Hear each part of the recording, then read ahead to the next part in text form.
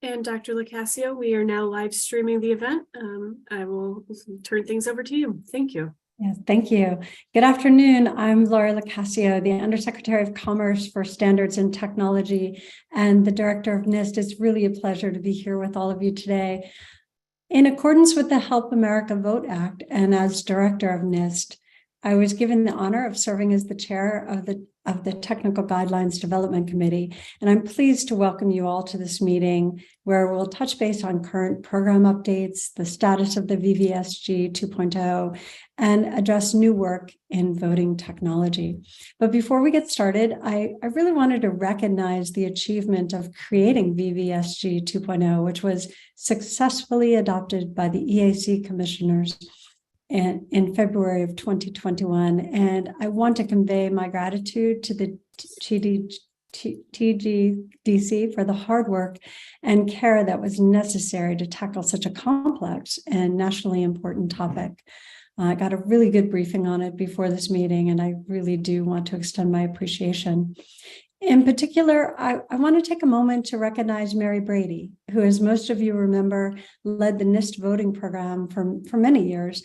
And the work of her and her team was instrumental in bringing the VVSG 2.0 to fruition. So Mary's years of dedication and perseverance helped us bring us to where we are today. And I just want to take this moment to say thank you, Mary. Now, today's meeting is primarily an information sharing meeting where we hope to get insight from the TGDC on current work at the EAC and at NIST, and to guide us moving forward. So on our agenda today, we'll first hear from the EAC chairman, Thomas Hicks. Thank you for being here, followed by Amanda Joyner, EAC acting general counsel, who will go over the meeting procedures. Our first presentations will be overviews on the significant changes to the VVSG from the EAC and from NIST. And leading these presentations will be Jonathan Pennock, the EAC's Testing and Certification Director, followed by Barbara Gutman, the new manager of NIST voting program. Additionally, there will be 3 more in-depth presentations. The first is by Jay Phelps, the EAC's Elections Supporting Technology Evaluation Director, addressing the EAC's e-poll book testing pilot program. And next we'll hear from John Pennock again, discussing the process for the annual VVSG review, as well as this year's report of proposed changes to the requirements. And the last session will be on end-to-end verification. The EAC held a workshop in October, and Andy Regenscheid of the NIST Cryptographic Technologies Group will tell you what we learned and what steps we are planning to move forward from here. So I look forward to hearing fruitful discussions this afternoon. And once again, thank you for your time and your dedication to advancing the technology of our nation's election systems. And with that, I'm going to turn the meeting over to John Pennock to conduct a roll call and continue the meeting. Thank you.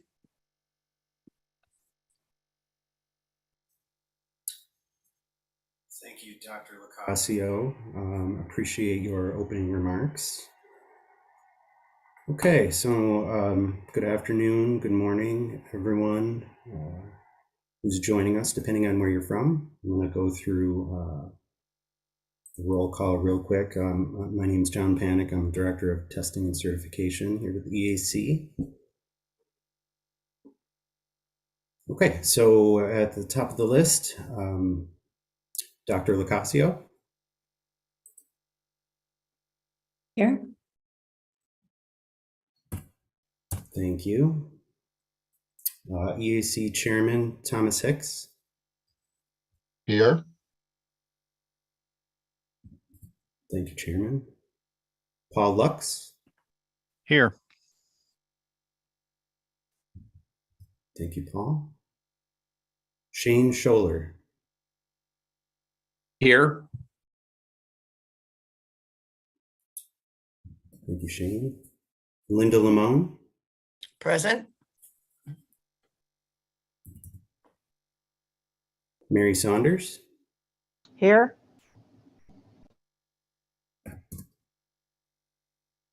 Dan Wallach. Here.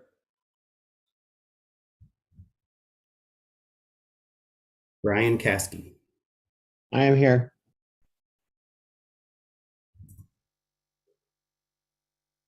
Judd Choate. Hey, this is Judd. I'm just joining. Sorry, I had to come from another meeting. No problem. Thank you, Judd. David Wagner. Here. Diane Golden. Here. Jeff Hale. Present. McDermott Coots. Here.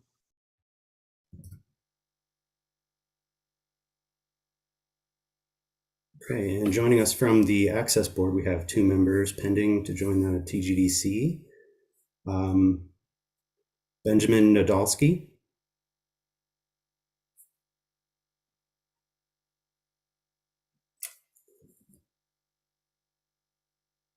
Okay.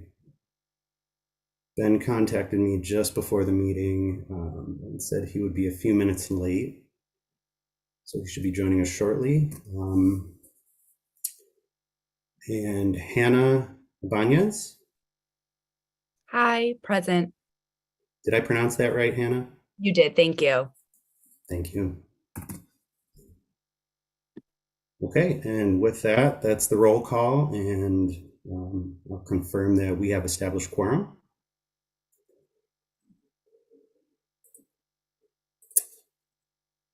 And I will turn it over now to welcoming remarks from EAC Chairman Thomas Hicks, TGDC DFO and Chair.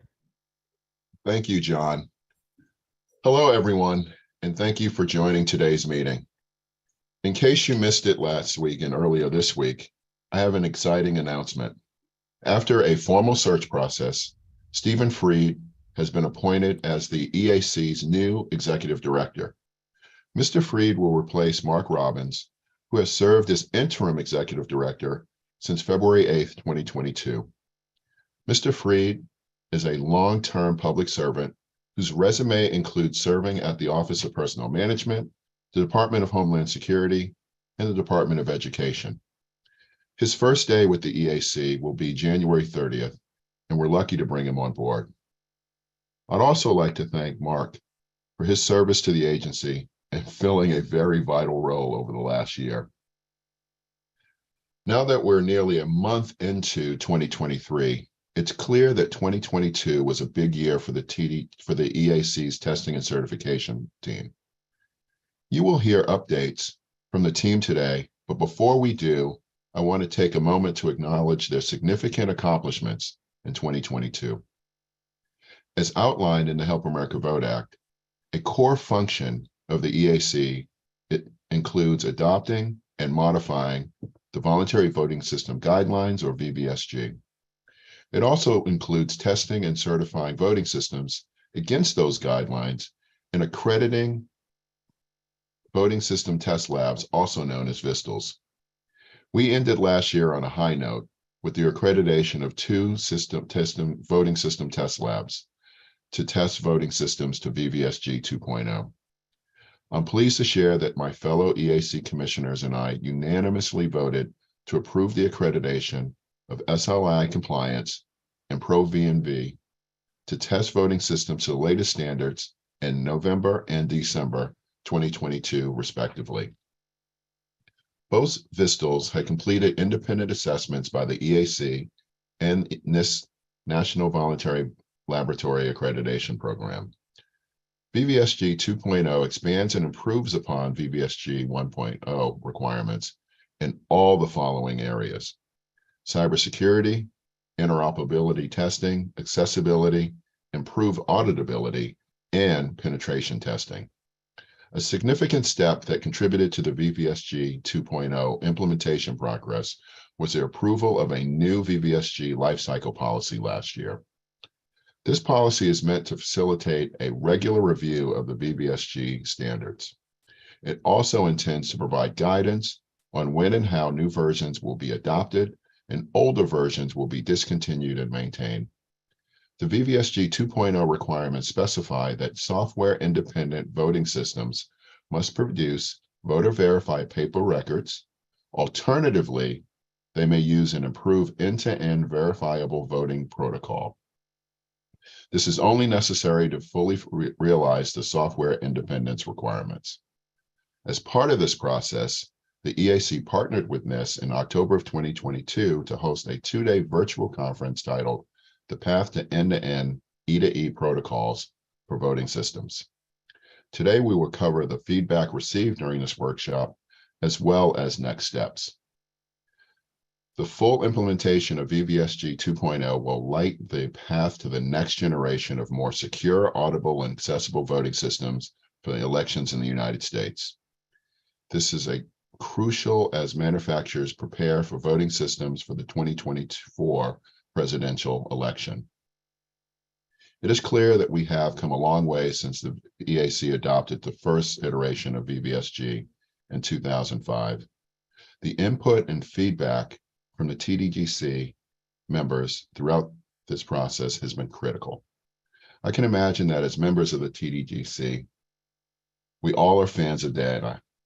So we have some figures that fully illustrate the testing and certifications teamwork in 2022.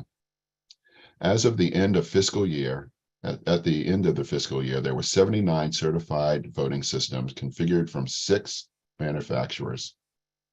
In 2022, the EAC received 124 reports of anomalies with fielded voting systems.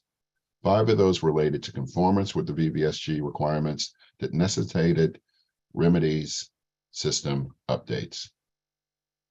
Also during the year, the team hired new team members to bring the total number of testing and certification staff to 5. As I bring my remarks to a close, I want to emphasize that we still want to hear your feedback to help improve the VVSG and the EAC's testing and certification process. Also want to sadly highlight that this is my last TGDC meeting with you as EAC chairman and DFO. On February 24th, the role of chair and DFO will pass over to my colleague and current EAC vice chair, Christy McCormick. I will continue to attend meetings and be a part of all the FACA boards. It's been a pleasure to work with you all on this committee to raise the bar of our voting standards.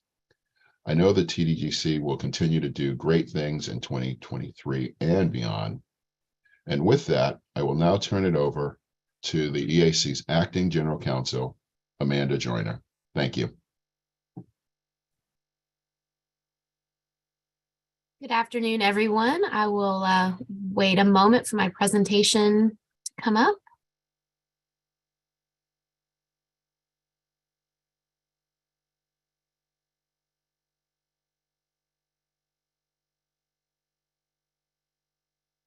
While we wait for that, I'll just formally introduce myself. Thank you, Chair. My name is Amanda Joyner. I am the Acting General Counsel and the Committee Management Officer here at the EAC. I look forward to working with you this year, and I do thank you for your service on the TGDC. Today, I will present to you a brief overview of FACA membership guidelines for your information and awareness. Next slide, please. The Help America Vote Act established 3 permanent advisory boards to assist the EAC in carrying out its mandates under the law: the TGDC, the Board of Advisors, and the Standards Board.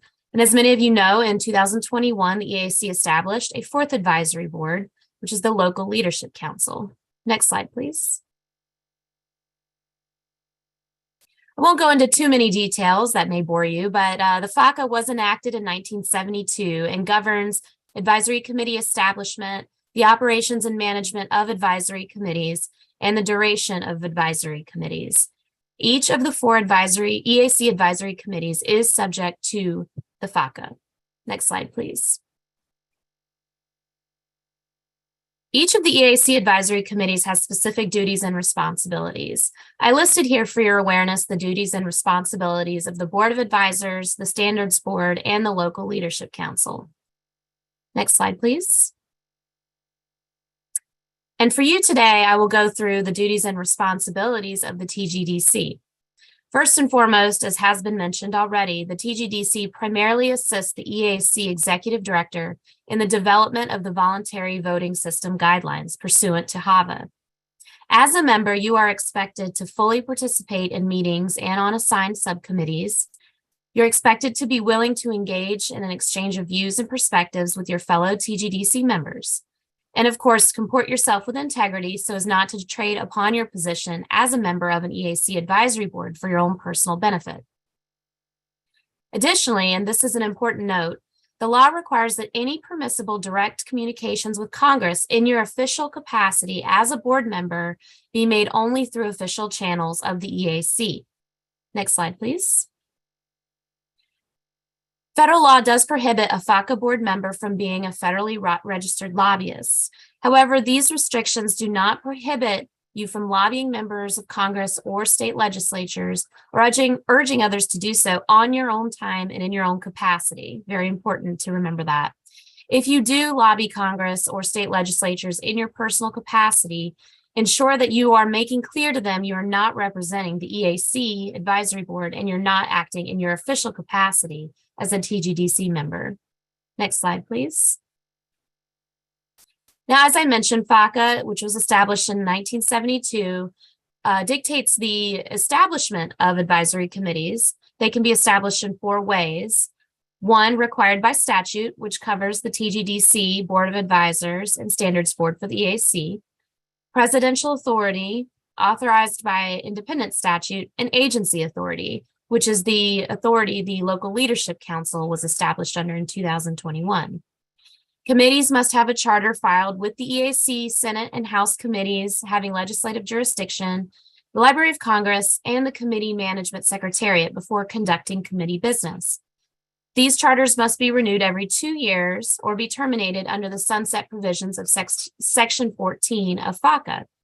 The TGDC charter and the other charters of the EAC advisory boards are up for renewal this year.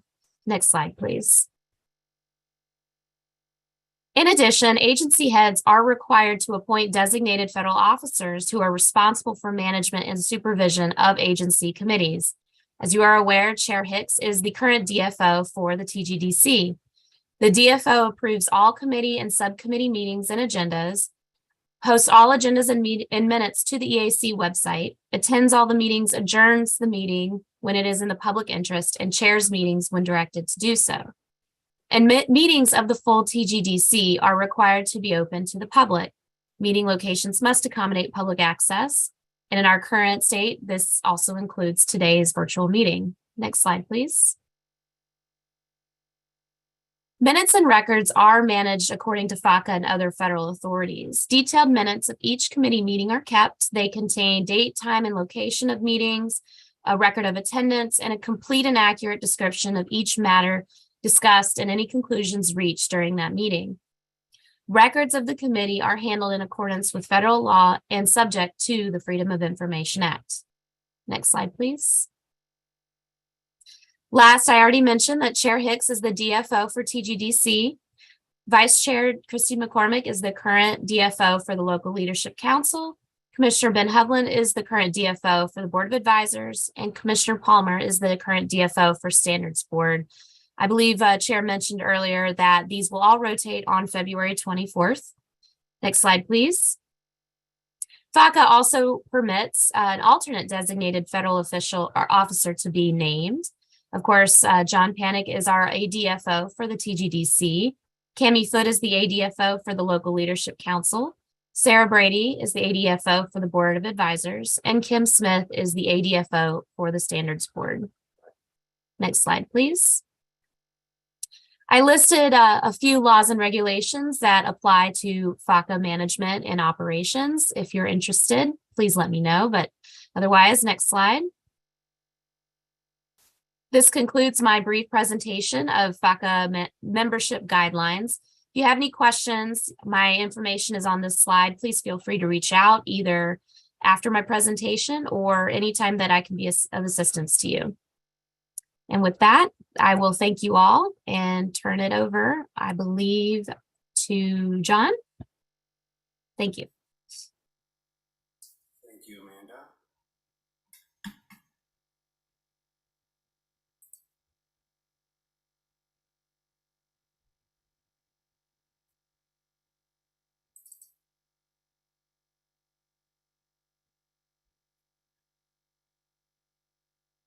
the screen okay?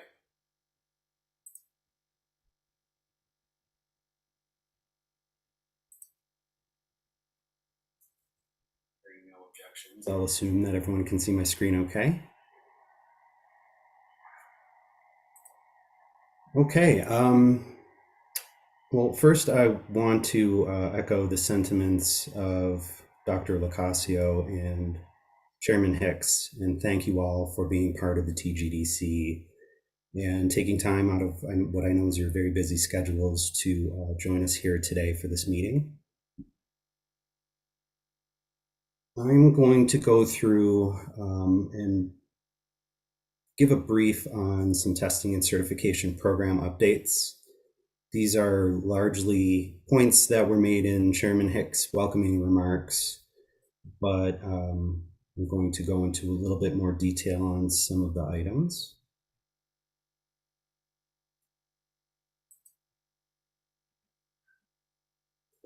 So as mentioned, in April, the EAC commissioners unanimously approved during a public meeting the VVSG lifecycle policy.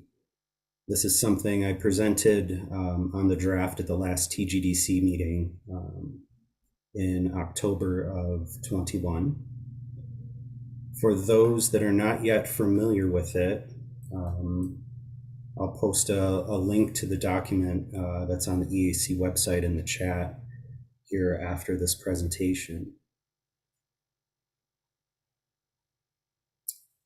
So the life cycle policy has 3 sections. Really the primary intent of the policy is to facilitate migration to the new standards. And in order to accomplish that, it defines VVSG version conventions, which are essentially major and minor changes that will be used for future iterations of the standard. It also outlines the process for VVSG standard deprecation. This is regarding how old standards are discontinued.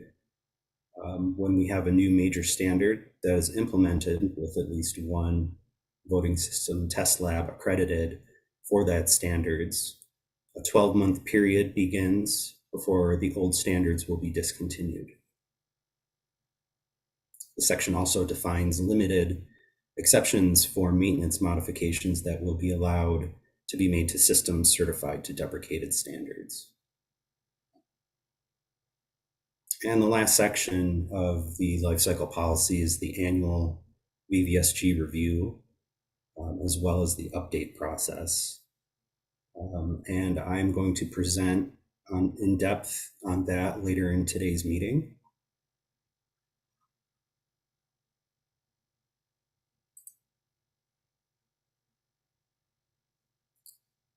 And the big news that we have to share today on VVSG 2.0 implementation is that we are now ready to accept applications to test systems and components to VVSG 2.0.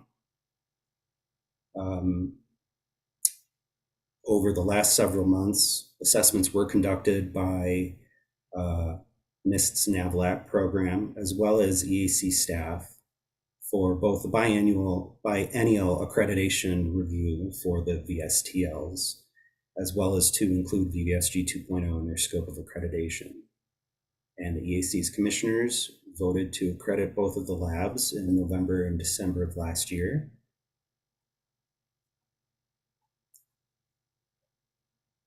So with that, the lifecycle policy is now in effect. Based on the initial date of accreditation for the first lab, SLI compliance to VVSG 2.0, VVSG 1.0 and 1.1 will be deprecated on November 15th of 2023.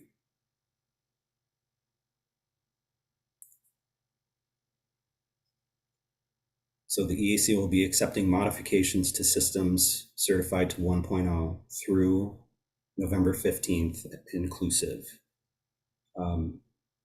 Once the old standards are deprecated, then all system submissions going forward will be required to be to VVSG 2.0. I want to Hey, John. underscore. Yes. This is Judd. I just want to make sure that we're all on the same page. Could you define for us what that means to you when VVSG 1.0 and 1.1 are deprecated on that day? Yes, thank you, Judd. I was just about to get into that. So deprecation does not mean any system will be decertified. To put it simply, testing to the old standards will be discontinued at that point. The status of prior certified systems is not affected by this, nor does it mean that it's necessary to replace any fielded system with a new one. EAC certifications are not conditional, and those will remain certified systems. Thank you. I appreciate that. Thank you, Judd. In addition, jurisdictions may continue to acquire and use systems certified to 1.0 indefinitely.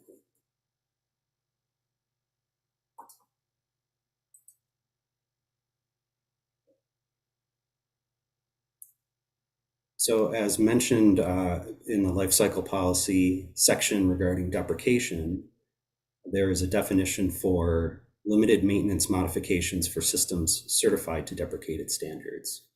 Those will be accepted only for those systems as of November 16th, 2023. The limited maintenance modifications that will be accepted are categorized in the following ways: security updates, bug fixes to correct reported anomalies, replacements of commercial off-the-shelf components due to end of life, and jurisdictional rule changes requiring new functionality. We will also allow updating or adding new components to previously certified systems if those updated or new components are compliant to VVSG 2.0. Sorry, John, I have another question. Could you Yes, repeat the reasons for modification? Sure. We will be allowing modifications for security updates. This will be essentially software patches or hardware mitigations to address known security vulnerabilities and exploits. Bug fixes to correct reported anomalies. Replacements of commercial off-the-shelf components due to end of life. And jurisdictional rule changes that require new functionality.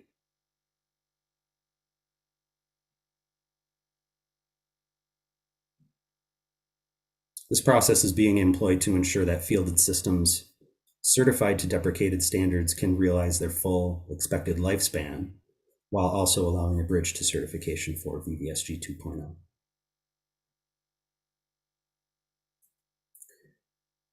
With VVSG 2.0 now implemented, the new testing and certification program manuals, which are version 3.0, not to confuse anybody with all versions, but the new program manuals version 3.0 are now effective.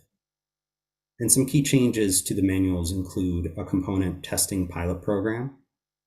This will allow testing of an individual component from one manufacturer integrated into a certified system from another manufacturer. Additionally, all voting systems submitted to the EAC going forward will undergo penetration testing. This testing is used to help assess the security posture of voting systems entering the EAC's testing and certification program. It will also be used to confirm mitigations are in place for known vulnerabilities.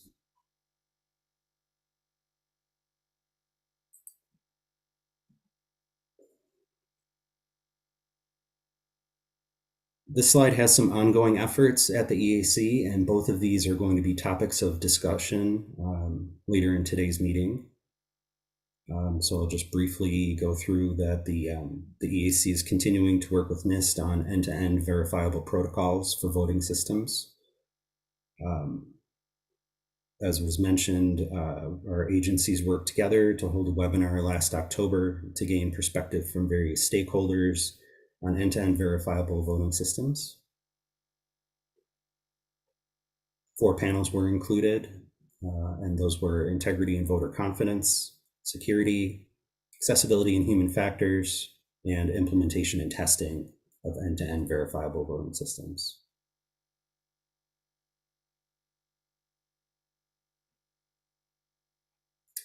Additionally, during last year's TGDC meeting, we presented on the EAC's work to develop security, accessibility, and usability requirements for an e-poll book evaluation pilot program. The pilot requirements are complete, and we are nearing launch of the program. And we'll talk more about that shortly.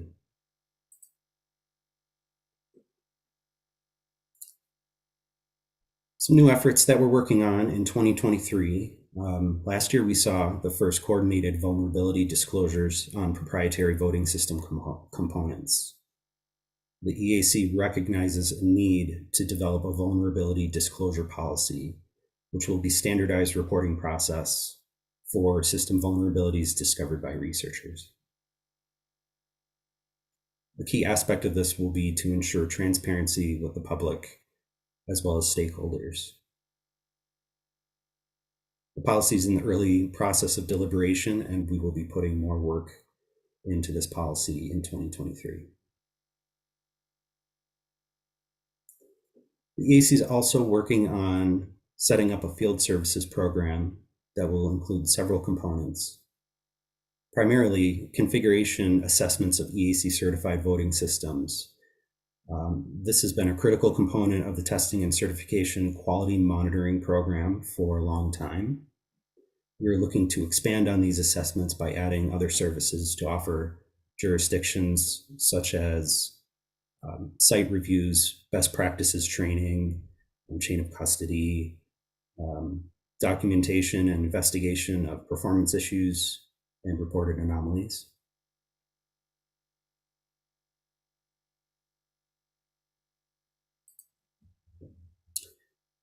And lastly, I would like to mention that the testing and certification team has expanded in preparation for VVSG 2.0 submissions.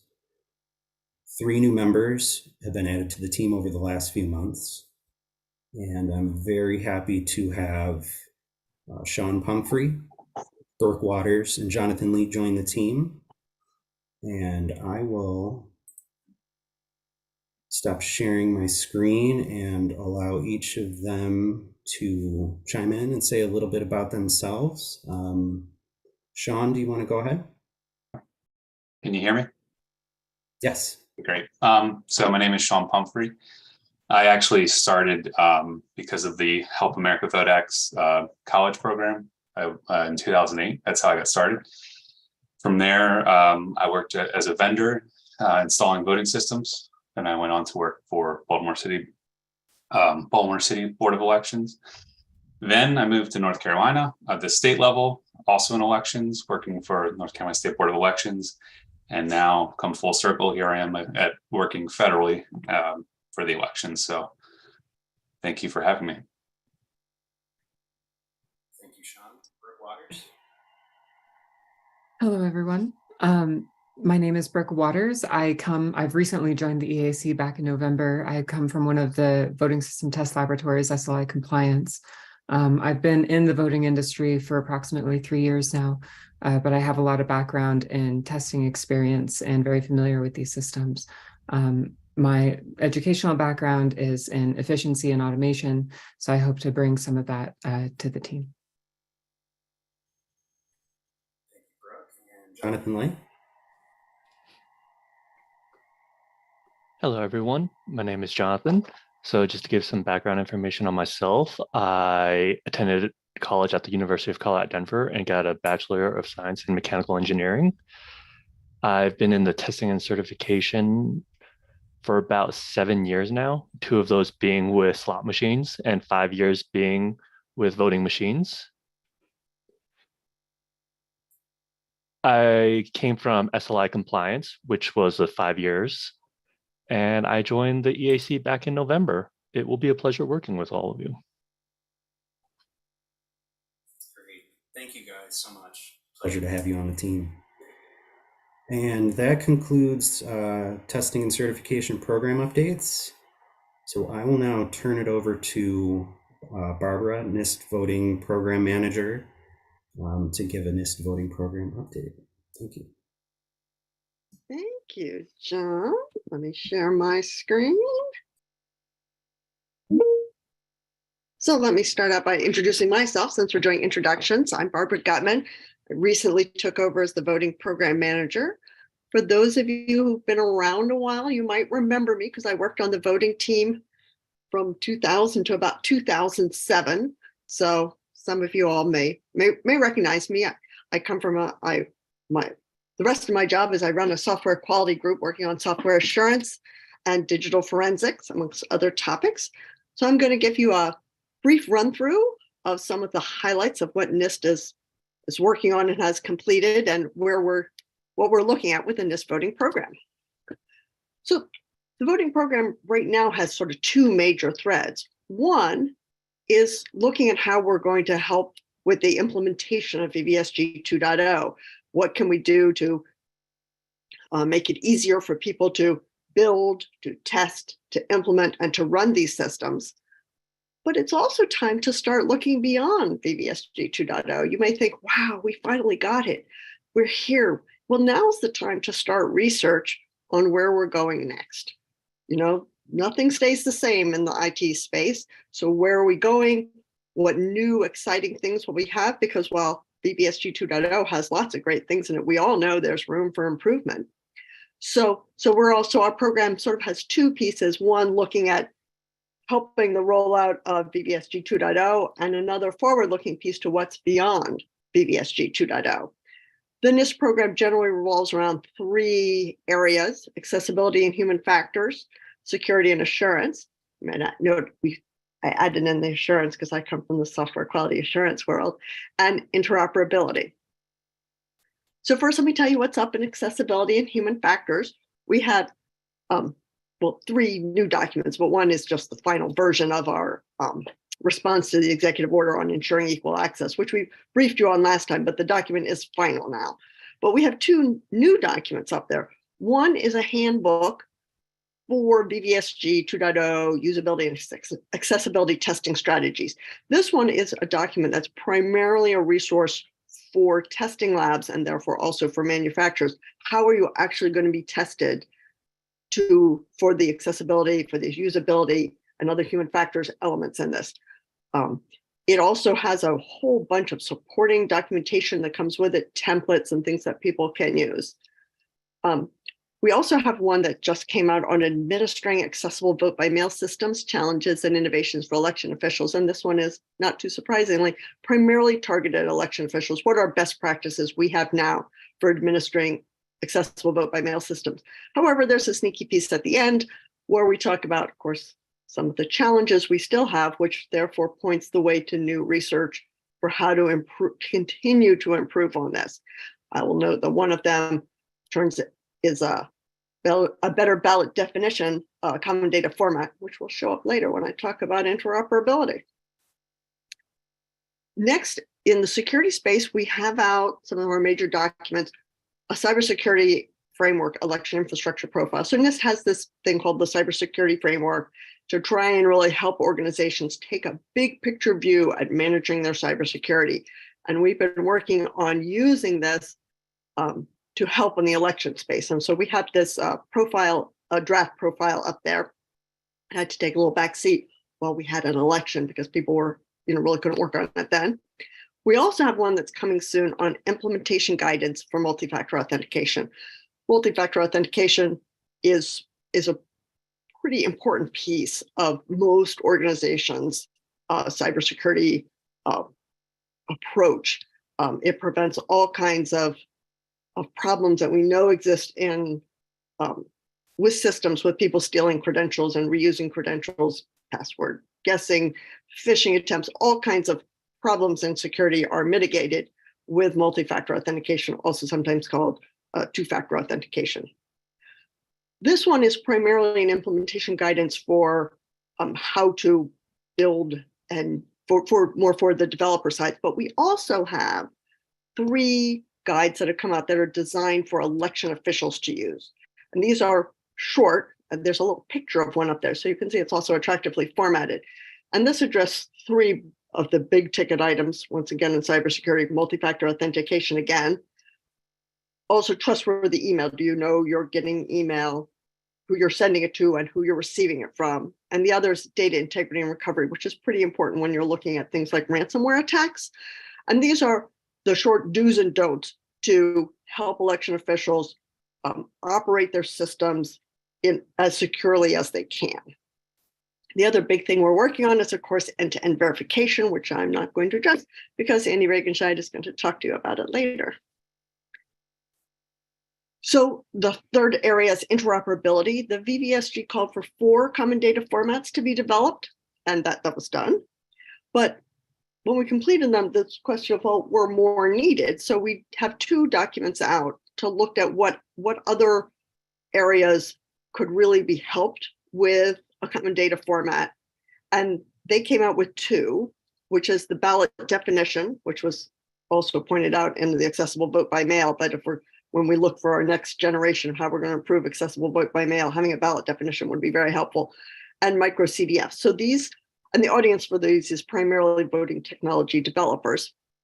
And these documents are all new and ready for people to use, and that you can find them on our website. Not surprisingly, that's where we would put them. We redid our website a little bit, hopefully to make things easier to find.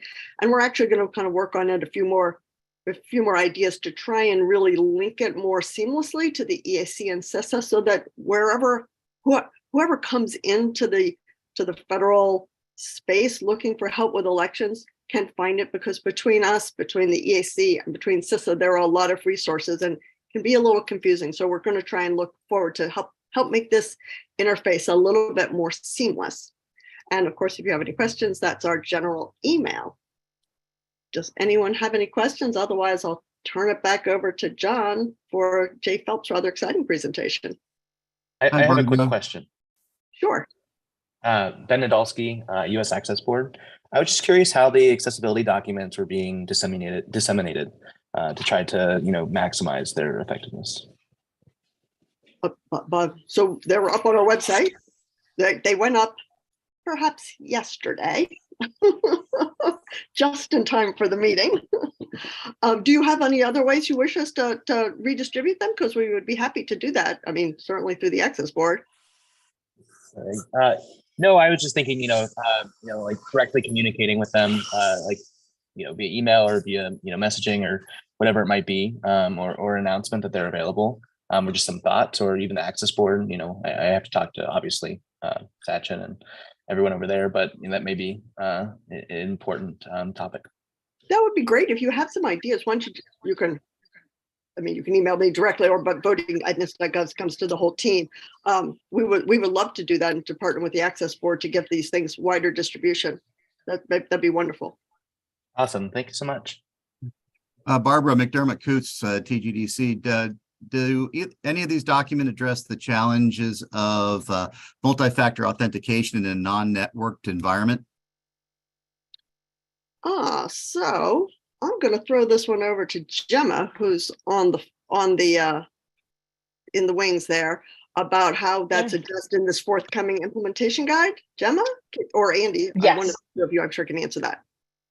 Yep. Yeah. In the VVSG 2.0 implementation guide on multi-factor authentication, we do talk about the constraints and we give options for offline multi-factor authentication options for the second factor. So we do talk through the constraints of using a non-network system, and then we give recommendations for the second factor option. Thank you, Gemma. That was Gemma Howell. I'll look forward to reading it. Great.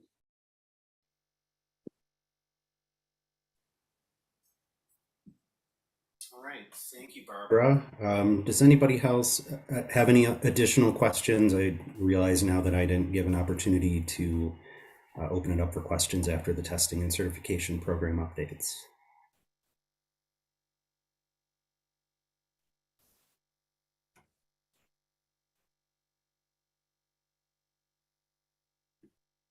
Okay.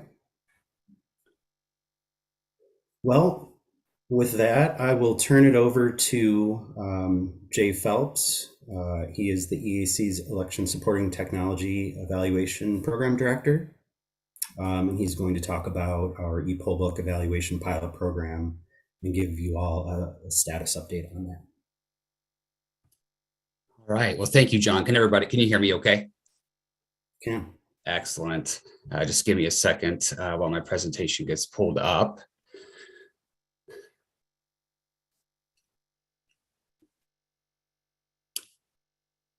All right. Well, thank you so much, everyone, for your time this afternoon. My name is Jay Phelps, and I've been with the EAC now about 4 months in the role of the Election Supporting Technology Evaluation Program Director. I actually come from the Indiana Secretary of State's office, where I was Director of Election Modernization. And then previous to that role, I was a county clerk in Bartholomew County, Indiana. So excited to be here and to get this really this pilot program that I know that has been talked about for quite some time, up and moving.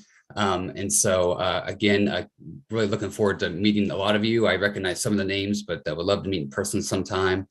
And so again, I'd like to start my presentation.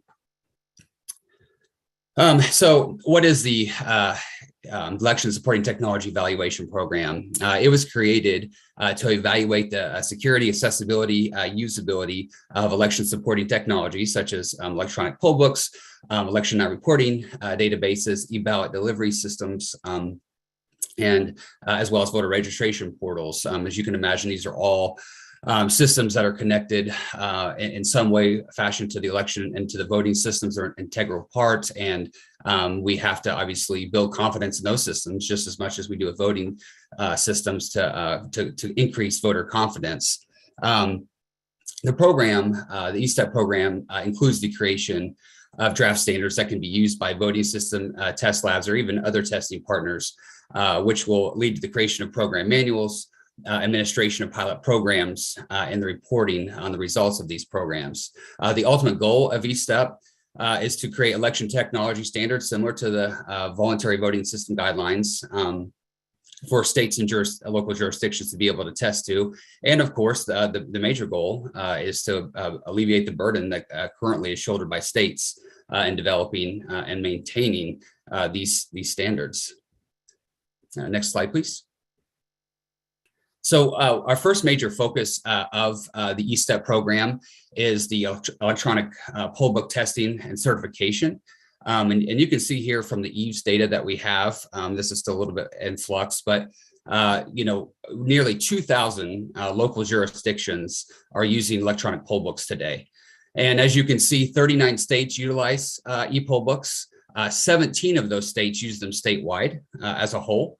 And 25 of those states have a testing and certification process that's required into their state law. So we continue to see that increase year by year by general assemblies around the country. And just a few short years ago, it's 39 states use e-poll books. Just back in 2016, it was only 32, only a handful required certifications. So that number is continually to increase. So there's definitely a demand on what we need to do here at the EAC to help alleviate the burden of the states, create standards and policy moving forward. Next slide, please. So in 2022, when I became on board, we focused on creating EPB testing requirements that was centered around accessibility, usability, security, and created electronic poll book pilot artifacts.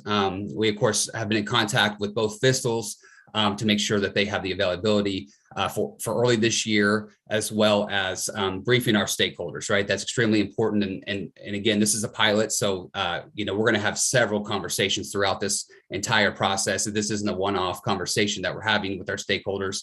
And so we've worked with and updated stakeholders such as NIST, CIS, NAS, and NASED, and we will continue to do so as we move forward, not only with the EPB portion, but future pilots as well. And then we finalized test requirements and vendor agreements by getting stakeholder feedback, which was really important as we move forward. Next slide, please.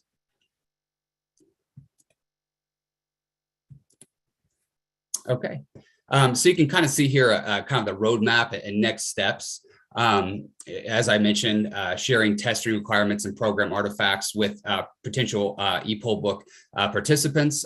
There are 9 EPB vendors in the country, and we feel like a good temperature would be about 4 to get 2 in each lab. And so we are looking at recruiting those here shortly. And setting out the vendor agreement for finalization, kind of on a first come first served basis. That's probably the most equitable way, and so they know it's coming. We've touched base with the vendors. I know there's also been conversations about, what about states that have homegrown EPB poll books and what to do with those. And so we're still discussing that internally. I think those are great questions, and we obviously the whole point of this is to alleviate the burdens with states and making sure that they have everything, that the testing requirements and the full security on the state level with those homegrown systems. So we'll definitely be in touch with NASA and NASED here in the future on those programs as well.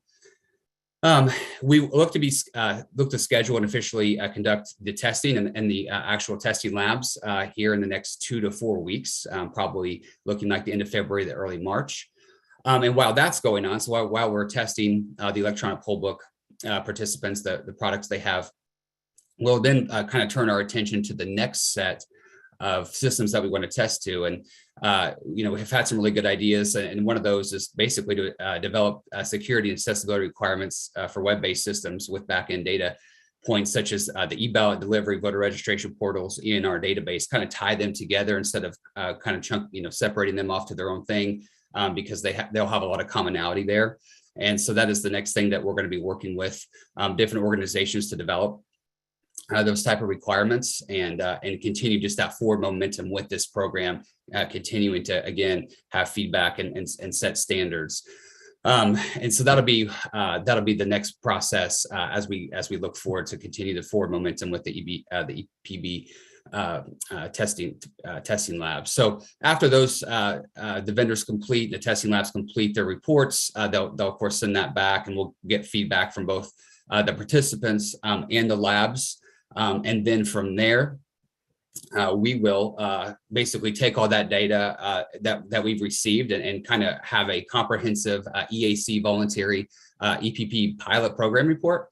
The report will include feedback on requirements, how long the pilot took to conduct, specialized knowledge and training required by lab personnel, quality of reporting from the labs, and usefulness of information for the manufacturers, for the pilot participants themselves, and then of course usefulness for information for election officials, and then also too if testing results can be utilized by manufacturers who rapidly iterate their products, as well as the time it took for internal staff to come up with test plans, test reports.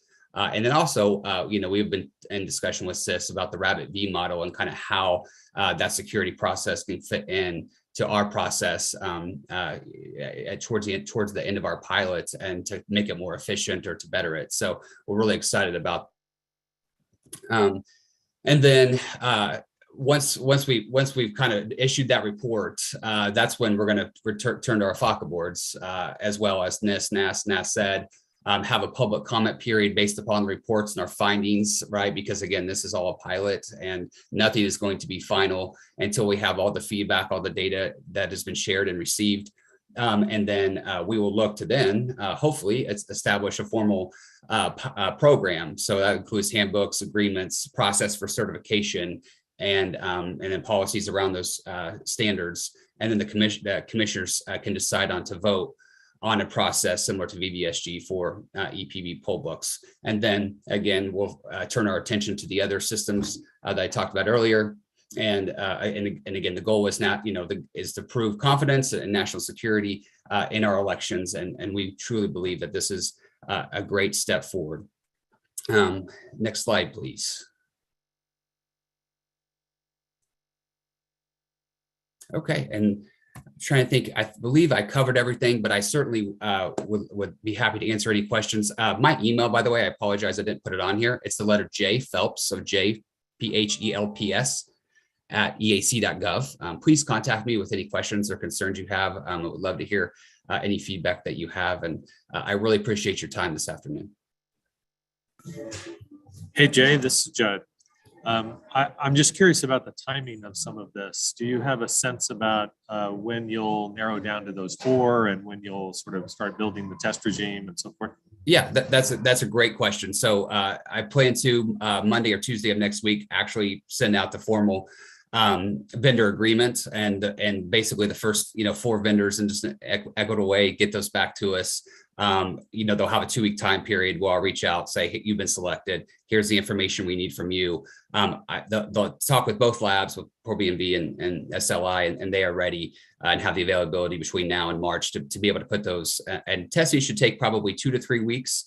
So hopefully by the end of March, we can start gathering the actual data and reaching out to you all and be able to share some of our findings. And of course, then we're going to put together that comprehensive report. So I definitely want to stay in contact, Judd, and I appreciate your question. And as of right now, we're moving forward, which is a good thing. Okay, thanks. Appreciate it. Yeah. Hey, Jay, this is Shane. In terms of the testing, are you also looking at the local election official in terms of if before we go out for an election, of course, we pre-test all of our voting equipment, but there's really no standardized test in terms of electronic poll books. And then secondly, if something is compromised in the day of the election, of course, now all we have is paper backups in order to be able to facilitate the election. But of course, electronic poll books and minimize the number of election judges you need, which is a cost savings. But is there any thought process going into that as well for the local election official in terms of what they do if something happens after we receive the information that we downloaded?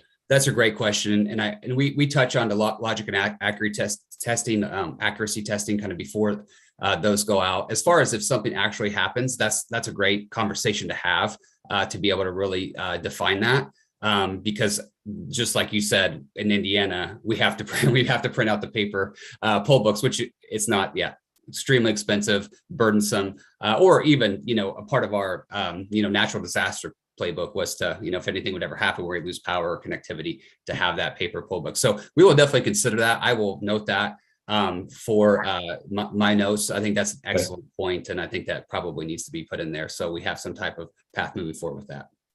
Thanks, appreciate it. Yeah.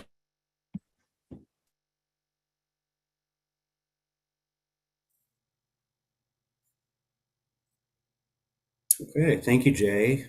Does anybody else have any questions for Jay about the ePoll book pilot program?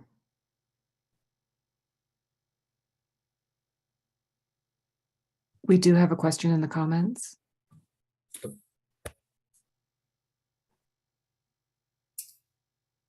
Yes, I see a question from Diane Golden. Is there an opportunity to provide input on the accessibility documents just shared? Oh, hey, John, that's a good question. We just take a look at it. We'll answer it in the comments. We want to think about it a little bit first. Okay. Thank you, Barbara. And I obviously I haven't read either of them. just literally pulled them up. But the issue of VVSG 2.0 is trying to yet again clarify the requirement for independent paper handling on the back end, casting, et cetera. And I just skimmed, but I saw nothing that called that out. And I'm just scared to death we're going to end up with systems certified to 2.0 and they still don't provide it like we've had with 1.0 and 1.1. So that's it in a nutshell.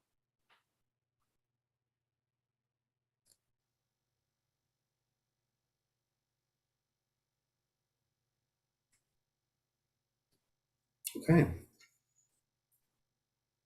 We'll get back in the comments on that question. Thank you, Diane. Does anybody else have anything that they want to bring up now?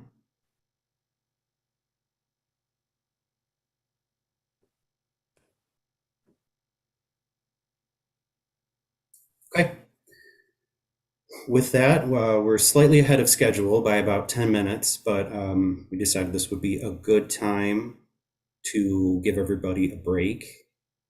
So I have 12:01 Mountain Time on my screen, so 2:01 Eastern. If you guys want to take a 15-minute break, and we'll return around 2:15.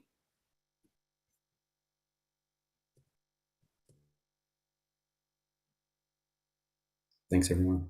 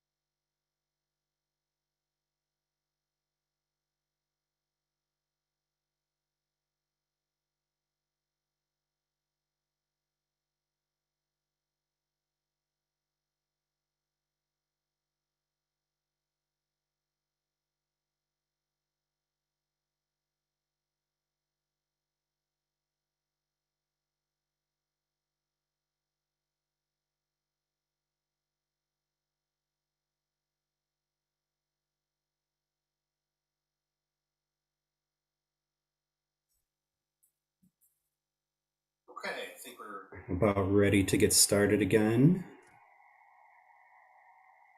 Thank you, Kristen. So I see in the message, Brian Caskey has a question about the e-pollbook testing program. Brian, go ahead. Thank you. Can you hear me okay? Yes. Okay. Thanks for letting me ask. I should have asked this earlier, but I was paying attention to something else. I've heard at least twice, maybe 3 times in the last month, that within the EAC, there's still a question on even if you can do the e-poll book testing program. So has that question been resolved? Since, I mean, the slide that you showed and the conversation was good, and I appreciate that. However, I have heard repeatedly that it's still an open question on whether or not the AC has the authority to do this program. Of course, I'm very interested in it from Kansas's perspective and other states as well. So has that been resolved yet? John and Jay, if you'll allow me, I can address that to the extent that it can be addressed. Brian, no, it has not been conclusively resolved yet. I am confident, however, and I would think our acting general counsel and our colleagues in other federal agencies would think that if one takes a look at how voting systems is used in HAVA, that we can expand it to other areas. And given that everything we do is voluntary anyway, I'd find it very hard to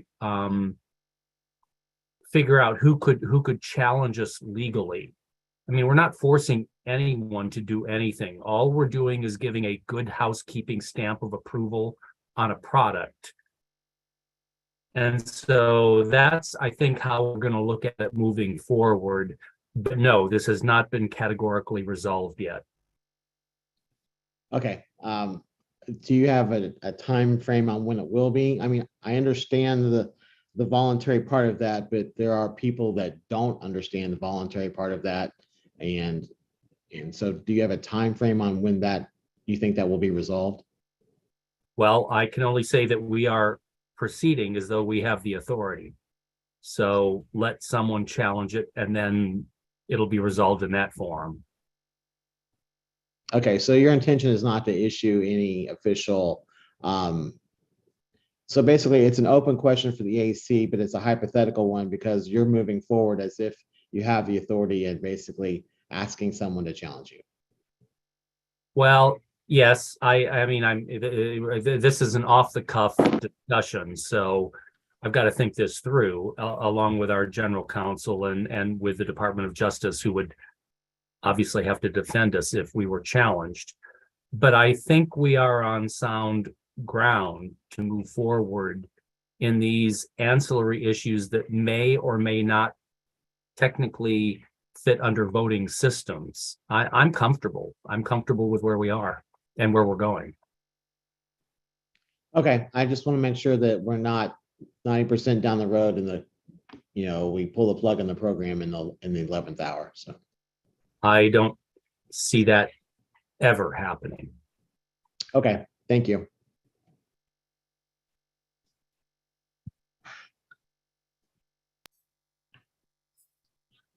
Okay, thank you, Brian. Thank you, Mark, for the exchange. Before we proceed into the next presentation, does anybody have any additional questions they would like to ask?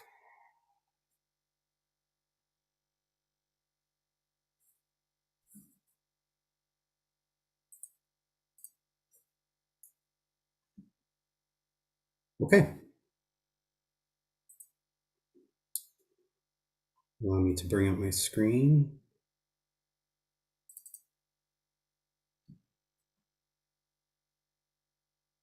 Can everyone see that okay?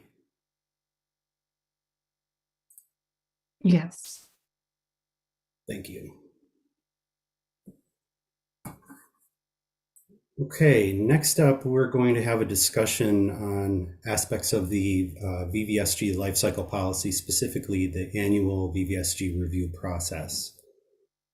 I do want to take a moment to apologize to TGDC members, as I had communicated out a few times to you guys that I was going to be generating the first annual report on proposed standards. However, as we were going through the process and deliberating, it became clear that we had several questions around the process, how it should be executed and what it looks like. And so we decided to pivot and bring that up here as an alternative.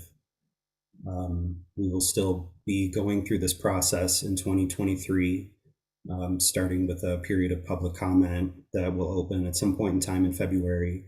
And then the content that we had in the report previously will be rolled into the next annual report that's coming later on this fall.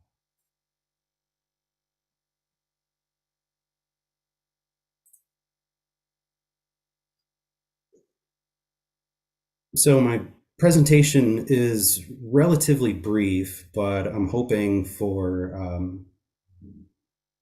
a lot of discussion. We've got plenty of time for discussion here. We've reserved an hour for this, and I don't anticipate that I'll take more than 15 minutes or so to go through the actual slides for the presentation. So when we get to the end, I've got several questions up on screen, and feel free to chime in and ask all the questions that you have. And we're really looking for some substantial feedback on this process.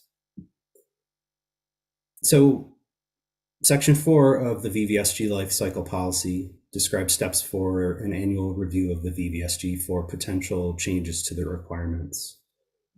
I want to underscore this is not intended to be a yearly update to the VVSG, but rather to it's an ongoing effort to prepare future revisions. The goal is to create a predictable process that invites continuous improvement and engagement with the development of the standard.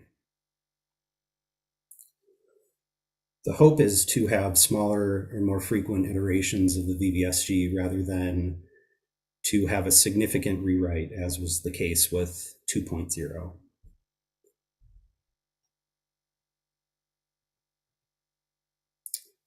Updates to the cycle could incorporate such items as requests for interpretation or notices of clarification, errata or administrative changes, but also feedback that we get and comments on proposed changes that will be considered that we receive through the period of public comment that we will have for 90 days in a relatively predictable cycle right around the February through May timeframe.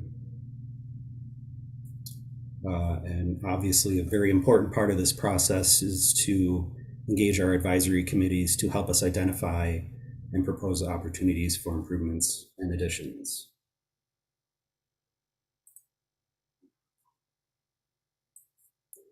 So to accomplish this, the EAC proposes the following timeline. As mentioned, a 90-day public comment period from February through May each year to receive proposed changes from stakeholders. After the closeout of the public comment period, the EAC will compile all submitted comments and post them to our website. And here on the timeline, that's in the June timeframe. The testing and certification director will then assemble all of the feedback into a report to be presented to the EAC's executive director by the end of the fiscal year, which is September 30th. And the executive director will then make a determination as to whether a new update to the VVSG is warranted, or if the year's recommendations should continue into the next review cycle. The executive director will deliver the report and the recommendation to the EAC's advisory committees by the end of the calendar year.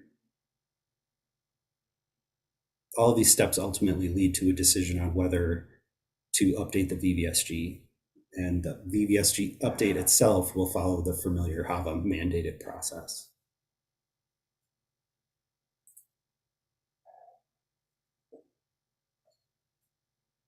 The report to the executive director at the end of the fiscal year will contain a summarized compilation of feedback received throughout the current cycle, as well as accepted changes from prior cycles. The report is not to be considered a recommendation or an endorsement by the EAC of changes or additions to the VVSG.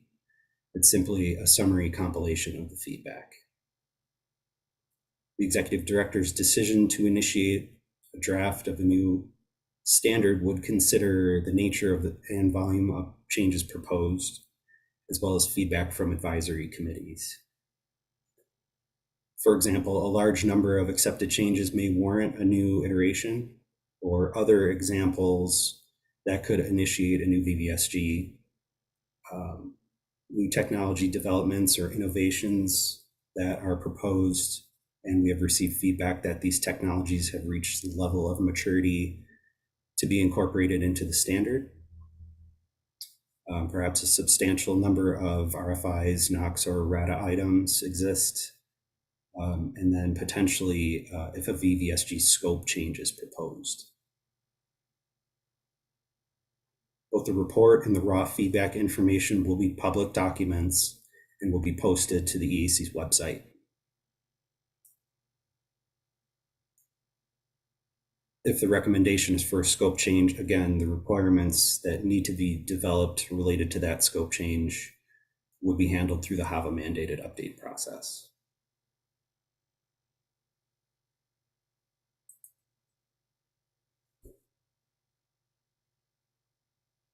When a decision to update the VVSG is made, only feedback received up to that point will be considered for inclusion. We recognize the need to provide some sort of cutoff point so we don't get into a recursive cycle of considering new things. But that's really the intent of this process, is to allow people to provide feedback and propose changes on an annual basis so that all voices can be heard regarding proposed changes that are desired to be included within the standard. Draft requirements then would be based on accepted comments from current and prior review cycles. And the annual review process will not be paused. We will continue to have a period of public comment, and any feedback received for those cycles will be considered for the next VVSG iteration.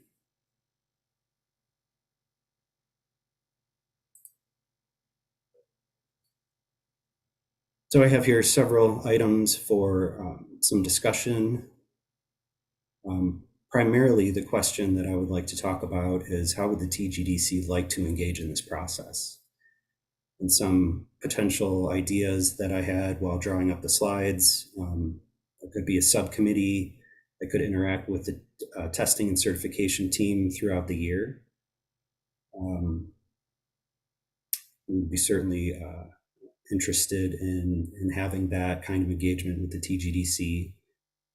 But alternatively, it could be just in the form of receiving feedback prior to the executive director's report, or just simply receiving a report from the executive director and providing a recommendation after a period of review by TGDC members.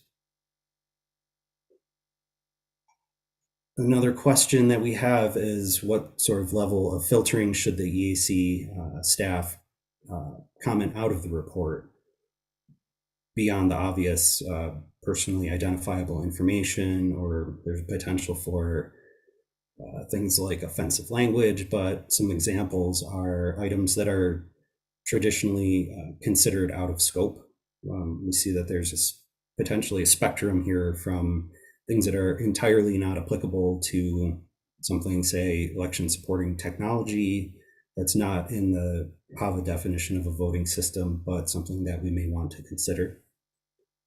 Technologies that are not mature, and potentially items that the EAC and its stakeholders have already considered. And then I'd like to see if anybody has feedback on the thresholds for initiating an updated version of the VVSG.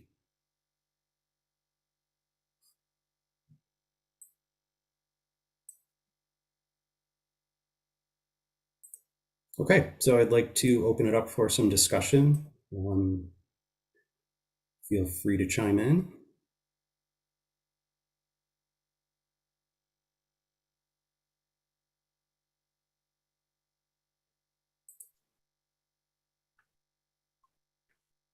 This is Paul Lux in Florida. I have how does this timeline for review and for all intents and purposes changing the BVSG midstream? I mean, how would that impact a vendor who already has something going through the pipeline, or a vendor who just finished something and now we've changed it and now they're not, or is that where the versioning that was talked about earlier is the change made to the VVSG upon review going to bring us a new revision number?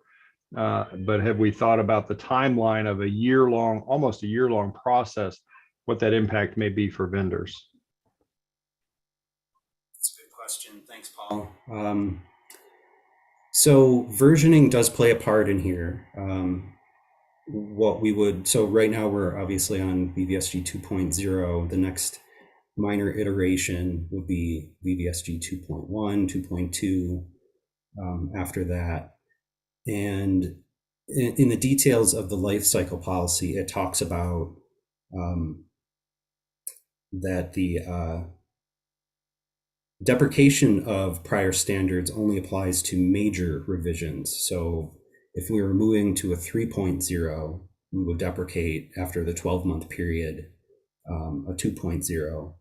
But minor revisions will stay as active standards until a new major revision is drafted. For the situation where you've got somebody who's already in the pipeline or in an active test campaign, I envision that, there's a potential for impact, but what is most likely to occur operationally is that, the process for drafting a new standard, frankly, doesn't happen very quickly. And so it's going to take some time. If we were to hypothetically decide today's the day to initiate a new draft, it could still take a year to actually draft that, maybe less, maybe a little bit more, depending on the scope and breadth of the changes that we're looking to incorporate into a new standard. So I think there's several components to that. And I think the last thing that I wanted to mention is that for somebody who is currently active in the program, if we're in the process of drafting a new iteration, we're not in a position to be forcing them to pull out of that test campaign to reapply for a new evaluation against a new standard. That would be entirely up to the manufacturer that's in process at that time. Could I have a follow-up there, John? Yes. So do we have built into this review process a good definition for what a major change versus a minor change is? Yes, we've incorporated that into the life cycle policy in section 2. Essentially, minor changes build off of each other. So the decision to make as to whether or not something's going to be a major or minor revision has to be decided on a case-by-case basis. We couldn't really envision a good set of metrics that we would be able to apply that included all edge cases to consider whether or not, if this and this and this, there would be a major revision versus a minor revision. However, the gist of it is that the minor revisions will build off of each other and be additive and won't include major hardware revisions. Are some of the parameters that we think would be necessary to evaluate. A major revision would have something like a scope change or some new technology additions. Some hardware revision requirements in there would necessitate a major revision. And does that decision come out of your office? Through our office, yes, I think we would make the decision on whether or not it's a major or minor revision. But of course, that would be in conjunction with advisement from our FACA boards. It would not be a unilateral decision. Thanks.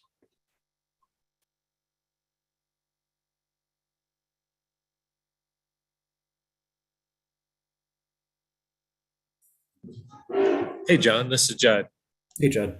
So, so I just want to say that I think that the whole idea of the sort of new version of the life cycle is a giant step forward. I really appreciate the EAC sort of moving in the direction of doing these de minimis changes within the framework of the existing VVSG and streamlining the testing process. That just is what we should do, and I'm you know, really excited about the way that could advance our security and technology workability going forward.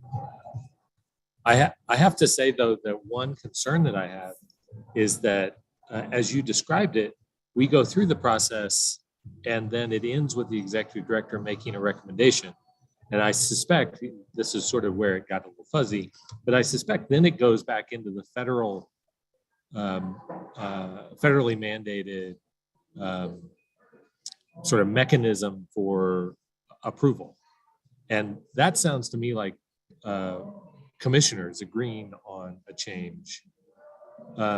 Does that, first of all, am I characterizing that correctly? And have we had conversations about the need to make this a streamlined process in which the executive director's recommendation would be adopted unless there was some, you know, really wild situation where it wasn't appropriate to go forward with that kind of update?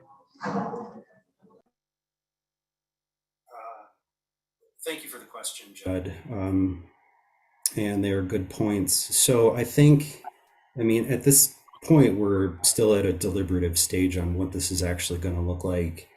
And I can envision that the executive director's decision or recommendation would be just that, and it would be based on a variety of factors, feedback from our advisory boards, our FACA boards, as to whether or not, like, if a decision or a recommendation is made, it may just be a recommendation. Now is the time to move forward, and we would bring that to these meetings to discuss with all of you and our other boards as to whether or not there is agreement, and, you know, or feedback on whether or not it would be a bad idea, something maybe that we haven't considered at that point. And so I don't think that it's necessarily a decision where that has to move forward, but I think this is something that, you know, again, would be a case-by-case basis and really depend on the content of the proposed changes and where we're at with the process. John, can I add a comment here? Absolutely. Jessica Bowers has a great comment in the chat room. The executive director does not operate in a bubble, and to begin with, in the current state of affairs, the executive director does not have a default decision absent a decision by the commissioners. That would require some kind of delegation by the commissioners. But I don't think I would support that even if it were an option. The commissioners are the political appointees that run the commission. They are nominated by the president. They are confirmed by the Senate. They bring with them the authority that encompasses. And to take them out of the decision-making process, even by default, would be, I think, a mistake. It would perhaps help facilitate process, but then denigrate the validity of that process. So I'd be very careful about moving in that direction. So this is Judd. I didn't mean to imply that. I was just going through the sort of natural progression of where this leads us. And this leads us ultimately to a commission decision. And my concern there is that the commission has shown over the years an inability to come to final decisions on these kinds of questions. So I guess I love the idea. I'm worried about the workability of it. given that we have 4 commissioners, 2 nominated by Republicans and 2 nominated by Democrats, and that at the end of the day, they have to agree, or at least 3 of them have to agree. And so I absolutely think they have a role in the process. I'm just wondering if this will actually work in progress, in process, where we actually try to do this. Well, a shout out to my current bosses. I think with the current construct of the commission, they'll be able to figure out a way to keep this stuff flowing.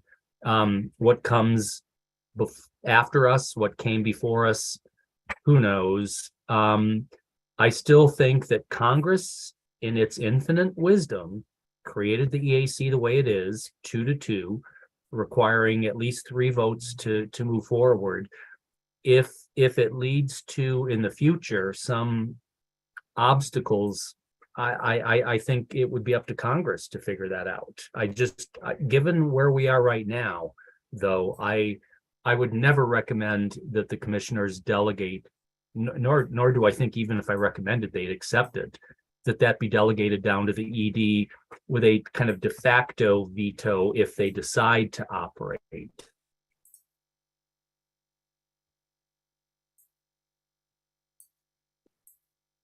All right, thanks. Go ahead, Jed. No, I'm done. I'll cede the floor. Oh, thank you, gentleman from Colorado. So this is Diane Golden, and so what I'm trying to figure out is does the EAC still do, I don't know what you guys used to call them, interpretation somethings. You know what I'm talking about? And especially with 2.0, I'm assuming finally getting in the pipeline for the Vistals to do testing, things will come up, they'll have questions.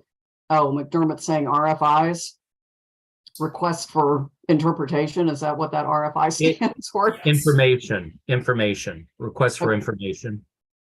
Okay. So yeah, you used to do that. And my question is, A, are you still doing that? And will that be happening? And B, if you're doing that, I guess it's a 2-pronged question.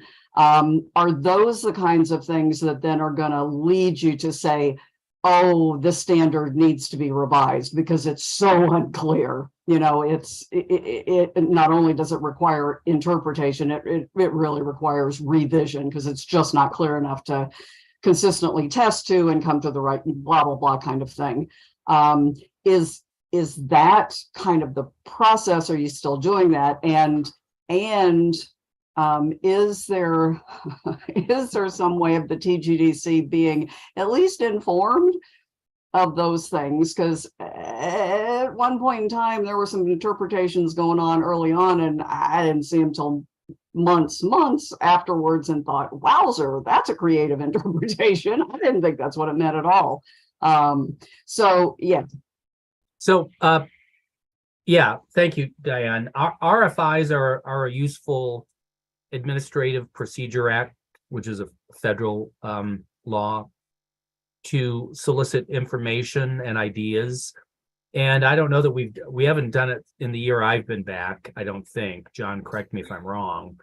But not while you've been here, but we do have 2 RFIs for VVSG 2.0 posted on our website that we released in 2021. So it's a useful tool that we do use. Now, the reason to have FACA boards is for a federal agency to be able to solicit ideas, comments, consideration within the filter of a federal system on all things. So yeah, absolutely. Our other 3 FACA boards, to the extent they have any kind of thoughts on this, will always be welcome and able to give us comments on anything we've proposed. So gosh, as I sit here, the thought of us like pushing something out that's just crazy, that we in a bubble of 54, 60 employees and 4 commissioners thought was a good idea and no one else has heard anything about, I don't see that happening. I don't know how that would happen.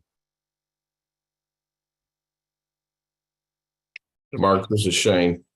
In terms of John's question, I really think a subcommittee is the best in order to periodically review the comments, because I think part of the challenge sometimes we have as advisory board is the EAC is acting and working, which you should be, but we're not necessarily aware of it because we're doing our jobs back home, staying busy with our work in terms of conducting elections, et cetera, especially election officials. So anything that we can do that I think is more interactive versus just, receiving something that's been put out there, I think that's always helpful, especially in the environment that we're in right now, in terms of people's questions about elections and integrity. This is the best time to be engaged and working together.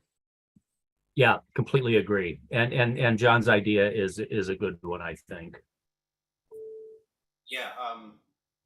Thank you, Mark, and thank you, Diane, for the question. So to answer in short, yes, we are still doing requests for interpretation, and envision a potential scenario where those will be rolled up into not just the test assertions that we have right now for the current standard, but if it's recognized that there's a need for some revision, that those will be rolled into a future iteration. That's definitely part of what we expect to have part of future iterations of VVSG. And we can certainly have a process that rolls out draft RFIs to you guys for consideration or feedback. That I think there's a whole spectrum of different types of questions that we get and find that interpretation is necessary, and some of them seem very straightforward and some do not. And I certainly wouldn't want to release an interpretation that doesn't seem like it's in step with other people's thinking, especially you guys as our advisory board.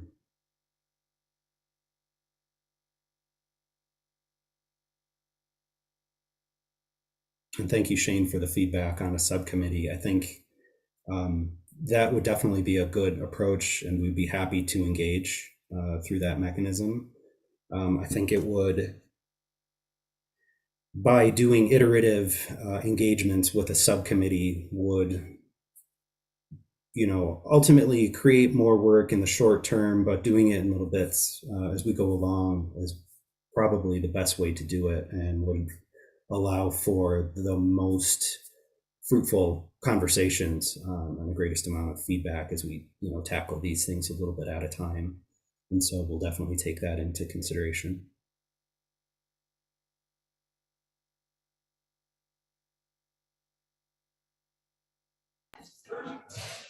Hey, John, this is Judd. I have a different kind of life cycle question, one that wasn't really implicated by this discussion, but it involves the deprecation from 1.0 and 1.1. I don't want to mess up the things you want to accomplish with the current slide.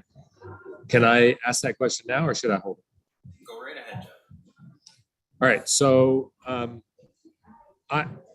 I think I sort of have old wounds from the pro V&V question, which has now been litigated 4 separate times in Colorado on whether pro V&V was a qualified certified vendor at the time in which the 2020 election equipment was certified and thus could be used in that election. So I'm worried about how this 1.0 and 1.1 deprecation policy will work in practice, because I think, logically, we all understand that that equipment has been approved and it's perfectly usable in election circumstances and will be for years to come if we're in a jurisdiction where you can't do the update to 2.0.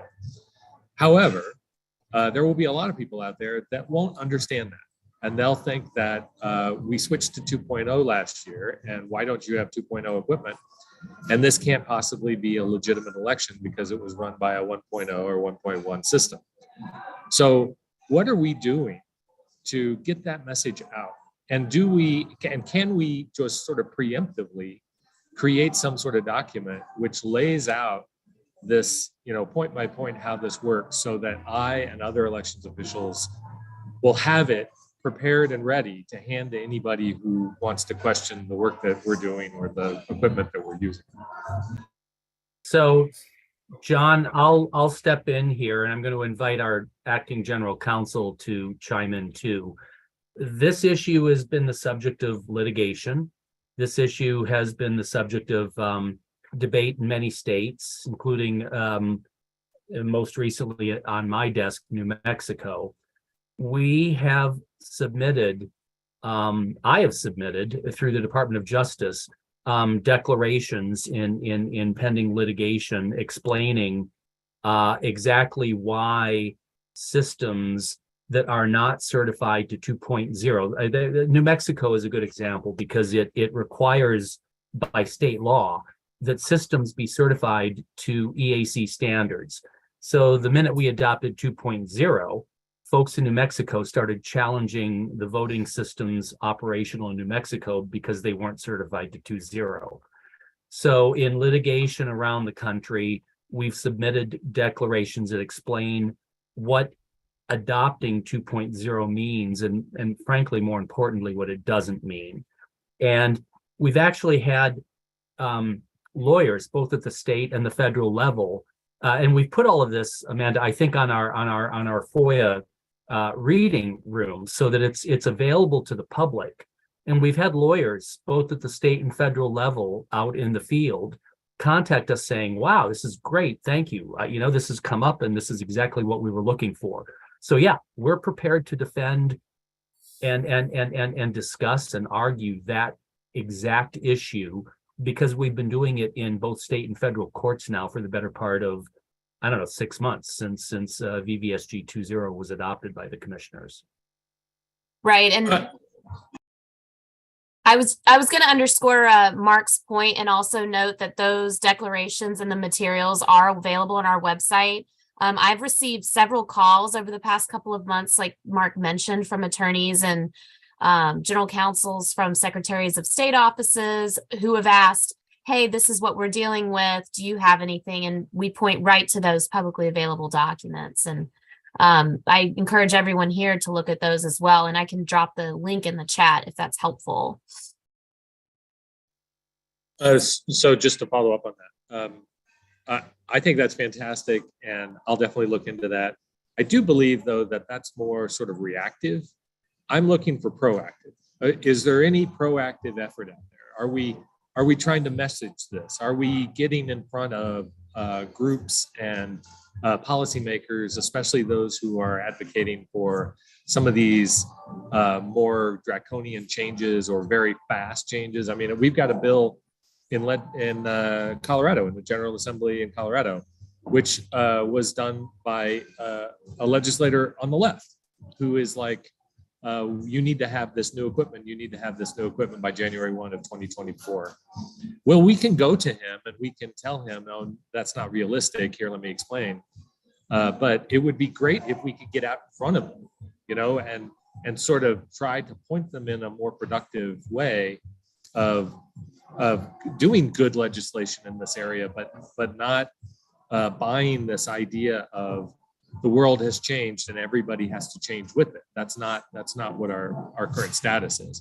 So I'm thinking like in CSL, I'm thinking presentations. I'm just wondering if there's a way that we can get in front of it and not be reactive. So Judd, I think I certainly had hoped that we were doing that, making sure that people understood what VVSG meant and what it didn't mean with regard to existing systems. If there are suggestions out there on how we could, or directions we could push that message that would be helpful to you all, we're more than happy to do that. I mean, that's exactly what we want to do. Yeah, and Judd, we've directly to your point about getting out in front of the message, we recognize that there will be various degrees of misunderstanding regarding what deprecation of the old standards means, and that the new standard is, it's not something that drives the need for replacements of systems in the field. I mentioned it it's mentioned in the life cycle policy. I mentioned it in my presentation. We're going to do some messaging regarding this specific topic coming up in the very near future to make sure that it's fully understood that EAC certifications aren't conditional, meaning if there's a new standard, the old standard is no longer legitimate. I mean, the systems are certified against that standard and that's it, period, until it goes through the decertification process. That's, something that's initiated for very specific circumstances, and it's all enumerated in our program manuals. And so we're definitely going to be working on getting this message out to make sure that it's loud and clear. 2.0 doesn't mean replacements of systems that are existing and certified in the field today. All right, so I think what I'll do then is I'll circle back with Linda Lamone and Brian Caskey, who are both here, and then anyone else who's sort of interested in this, to kind of think of some ways in which we believe that we could be more proactive, and we'll just come back to you with some of those ideas. So, thanks. Sounds good. Thank you, Judd.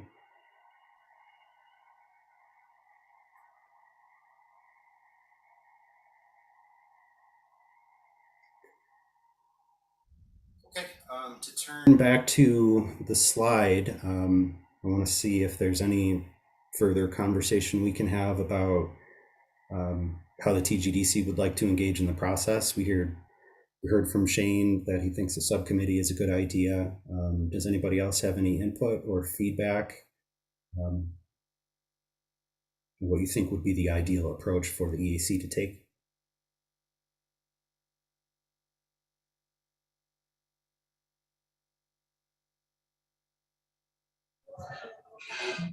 So this is Judd again. Sorry, I don't mean to dominate the discussion, but I do have lots of questions, it seems. We've got plenty of time, Judd, no problem. Okay, well, good. So I like the subcommittee ideas as well, but I'm curious how it might work. Would you envision us reviewing each of the de minimis changes or upgraded security changes and having a conversation about each of those, and then kind of I guess I'm not hearing that we would need to recommend anything, but that we would have some role at the beginning of the process? Or are you envisioning a role in the middle of the process where a lot of that preliminary work's already done and you're just sort of advising us as to where we are on certain systems? I think it could be done in a couple different ways. We could either provide the raw feedback that we get from the public comment period to a subcommittee, say in the May-June timeframe. Once that period closes, we can compile everything and send it off to you guys for consideration. We could also take the approach of going through them ourselves and providing some kind of a status or some form of filtering on our side, and then passing them to a subcommittee for here's what we potentially think of some of these changes. What do you think? And amalgamating that together. That might be a better approach, so that we've got both sides, the EAC and the subcommittees, approach to each of the proposed changes all at the same time. But I think that's, if we decide to go down that route and employ a subcommittee, I think that would be up for consideration as well. What would be the best way to do that? Without overburdening everybody by having numerous review cycles, we would want to take the most efficient approach that makes sense, that everybody could potentially agree to. Don, if I could follow up to Judd's question in your answer, are you envisioning the potential in the future for a subcommittee carved out of the TGDC? Or are you talking about existing subcommittees, i.e. the standards board has a VVSG subcommittee? I think for the purposes of this discussion, I envision that the subcommittee would be carved out of the TGDC. But this is just one component of it, because we have 3 FACA boards that we would be looking for feedback on proposed changes. And so it could be something that looks like proposed changes that are reviewed by the EAC and the TGDC subcommittee that then move on to the Standards Board VVSG subcommittee for additional consideration. Jonathan, this is McDermott. My question is actually coming from a different direction. If we've done our job correctly, which I hope we have, these big questions are going to come out of the testing process, not out of live elections. In which case that means that you're dealing with somebody who's trying to put a system through certification, which is already going to take over a year at this point from our estimates. And now we're adding this level of delay. If a change is needed in order to, manage, whatever the issue is during the testing process. I'm a little concerned. So you're talking specifically in the instance where a requirement is found to be insufficient? Right. So, to go back into the Wayback Machine, the dealing with the default sound level back in the old days where it was just way too low. Everybody knew it was too low, but nobody could change it. I'm thinking of something a little bit more, because we don't get generally to that level of granularity in the standards now. That's unlikely to happen at that level, which means that we're going to be looking at things at a macro level that may not be. If I could foresee these things, they wouldn't be occurring. So, sure, understood. Well, I think my immediate answer to that is that we have the test assertions to provide clarification on testing approach for requirements. As you correctly point out, a lot of the requirements right now are not as granular as some have been in the past. Some of them are very clear with parameters around testing conditions, and some of them, some of the requirements need some additional clarity to be provided, and we use the test assertions to do that. I don't envision a situation where testing is in progress and it's found that a requirement cannot be met, so we initiate a process to change the standards in order to accommodate that. I think that's counter to what the whole program is for. we'll talk after the first campaign has started. Thanks, McDermott. I appreciate your candid remarks. So this is Diane Golden, and I'm gonna follow up a little bit with it. Listening to the whole discussion about, okay, so, and I'm kind of with McDermott thinking these things are going to come up during testing. It's clear there's a standard that's not very clear, that's ambiguous. You've got test assertions, and you thought that clarified it, but it still didn't. So maybe it's back to the fact the standard needs to be revised. That's going to take a while, and if it really is that it can't be clarified with an interpretation, it actually, the standard needs to be changed. That seems to me like that's the role of the TGDC. I don't know what else our responsibility is. Why a subcommittee? Why would you have the full TGDC if a subcommittee's taking care of that? It's kind of like, or is everybody going to volunteer to be on the subcommittee, so it really isn't a subcommittee any longer? I guess I'm just thinking, I don't know how this is going to help speed up the process or anything to have a subcommittee.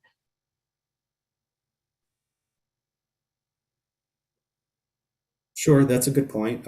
It could be to alleviate the review process for the full set of members. I mean, there's a whole range of potential changes and suggestions that could come out of the public comment period where, some of them are very complex issues to consider, and some of them are just very straightforward, like errata, where you can objectively look at it and see that that may have been a mistake, for example, something along those lines.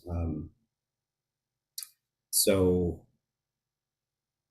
Yeah, I think that's why we're having this conversation, to see what all of you think is the best approach.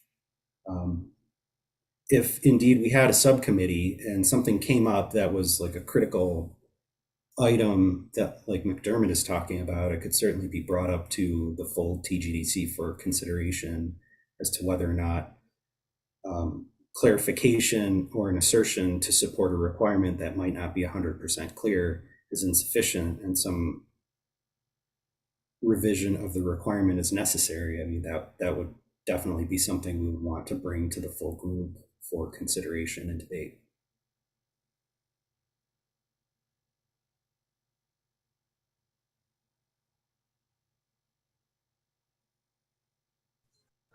This is Judd.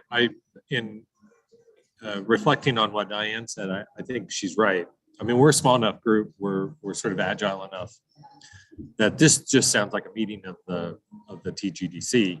And you know, since we would have no formal role to provide advice or anything, if we didn't have a full group in attendance, that would be fine. We would just maybe advertise what the issues would be, and you would have a sense about whether that would be an important meeting for you to attend. And I kind of like where Diane's going with that. Okay. Yeah, I agree. It's an agile group. We could certainly have more TGDC meetings, and you know, get everyone together to talk about these things as they come up. I think what we may do is circle back and look at the timeline and see where this best fits, and then communicate that out to you guys, to see if there's agreement. That's the approach that we want to take, and we can implement that moving forward. This is Shane. I don't think the point was the size. I think the point was the communication. So if it needs to be bigger, that's fine. I think that's good. It's just the point we need to be communicating more, and that will be helpful towards communication.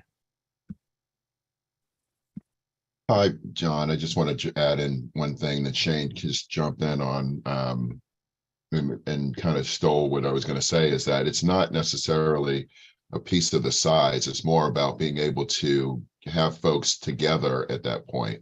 The subcommittee piece would just be more so to get some individuals together who would have an understanding of what this would be. But if folks feel that they can have a committee meeting, and more TDGC meetings in general, because getting together to have this meeting was a little bit of a pain itself, and getting everyone's calendar together. But it's just more of when folks want to meet more than anything else. So, you know, this is my last meeting with you folks. I would love to have more with you, and hopefully that'll occur.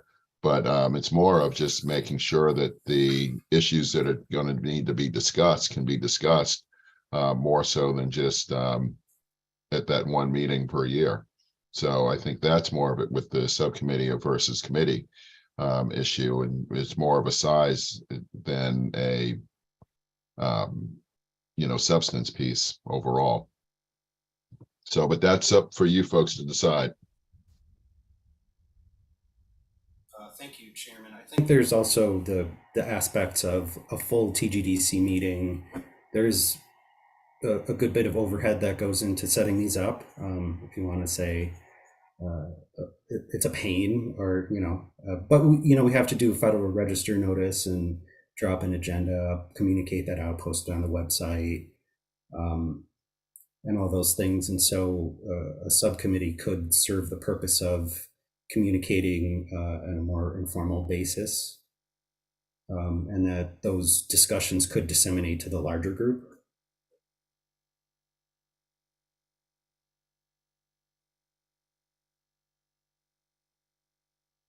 This is Diane again, and another thought is if all the subcommittee concept is doing is actually reviewing comments or reviewing something from you, John, that says these are 6 standards that I think might need to be updated because of XYZ. They're very difficult to understand. They can be interpreted inappropriately, whatever. That's a review process that doesn't actually need to be done in a live event, you know? So it may come back to some of Shane's comments just about communication. I can certainly review stuff without being in a meeting with people and provide feedback and, do my part participating. So I just think that the TGDC's role is, as far as I know, our focus is the VVSG and those standards and making sure that's it. We don't have another function. So it just seems like we should be concerned whether it's, interim updates or it's a full overhaul. It is our role. Thank you, Diane.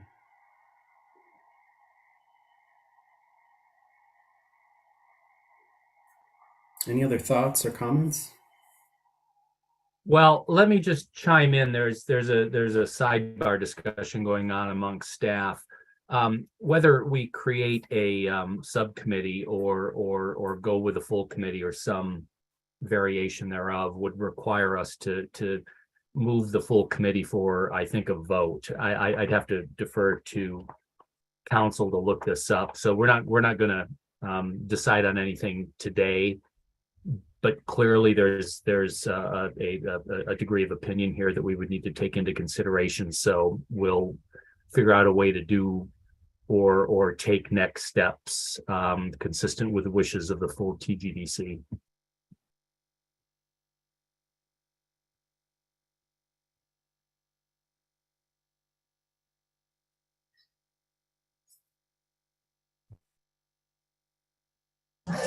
I have a different question about the updates.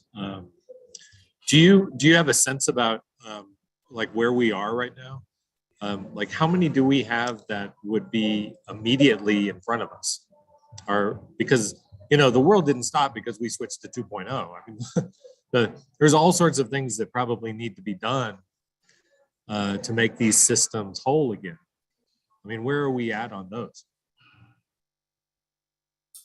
Are you talking about proposed changes that have already been received? Yeah, that's right. That's right. Where are we at on proposed changes?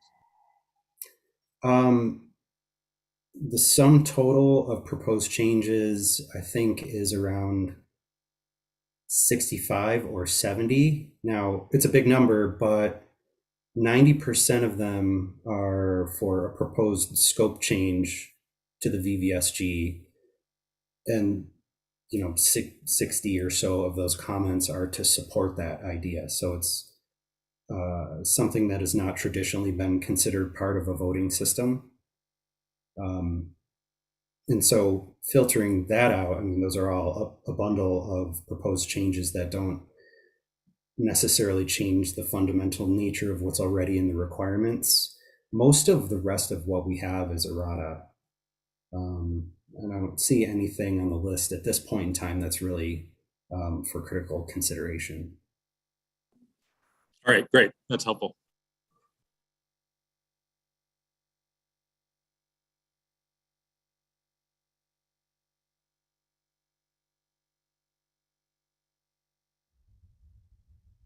Just to touch on the second question, since we just talked about that briefly, if whatever mechanism we use to move forward with interacting on proposed changes, is it preferable if the EAC does some degree of filtering of these requirements in advance, or leaving them whole with the exception of things that are very clearly not applicable to what we're talking about, and providing like our take on each one of the proposed changes in advance of sending them to you guys for review? Is that something you see as helpful?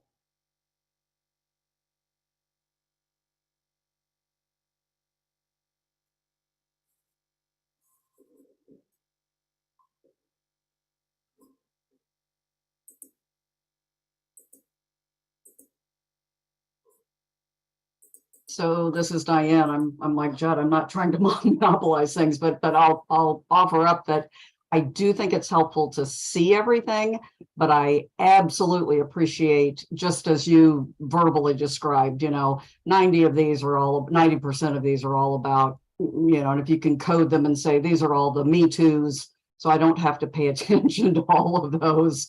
Yeah, it's really helpful for you to categorize this as a, yeah, fluff, no big deal versus all of these are about the same thing. Anyway, yeah, I do appreciate seeing, because we got in that one quandary where we had some folks all bent out of shape because all of the comments weren't sent to us. And anyway, so I'd suggest you avoid that conundrum again and avoid that blowback. So yeah. I understand. Thank you. Thank you, Diane. That's a good point. Dan Wallach here, just a small bit to add. Broadly speaking, I want to feel like I'm here to help the EAC. So my expertise, what I can do, everybody else on the TGDC's expertise, what we can do. We're here to help. And if it's most efficient for you to give us summaries and let us respond to them that way, that would be great. I don't have a strong opinion about this whole committee versus subcommittee thing. I just want to make sure that we're doing our part to help move things forward. Got it. Thank you very much, Dan. I appreciate that.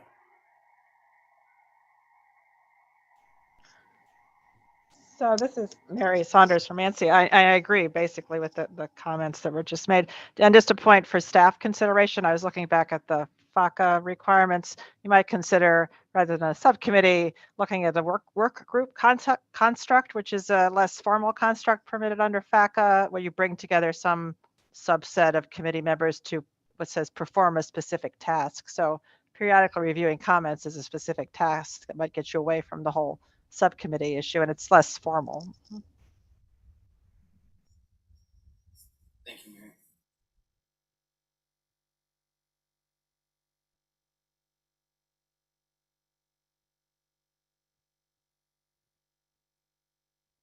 All right, everyone, good discussion. We have about 10 minutes left on the agenda schedule. Got one additional question on here. If anyone has any feedback on thresholds for initiating an update to the VVSG, very interested to hear what you have to say about that.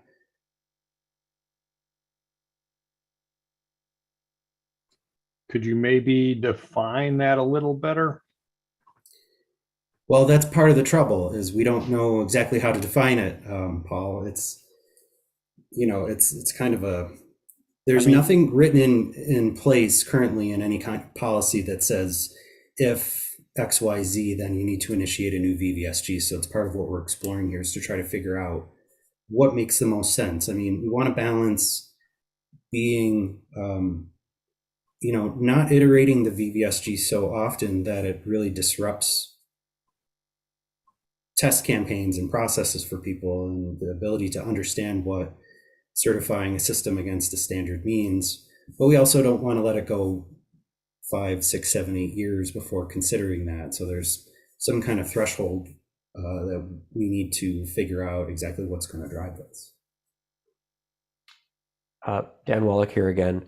One way that we might do this is to wait until at least one vendor has gone through the pipeline.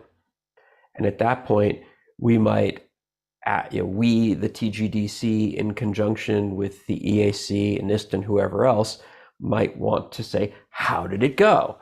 And if our conclusion is that some part of it was overly prescriptive and some part of it was too nebulous, then we would be able to make concrete adjustments based on the experience of whichever vendor ends up going first through this pipeline.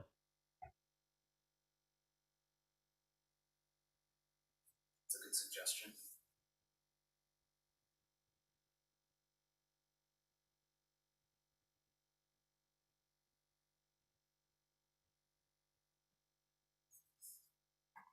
Okay, anybody else?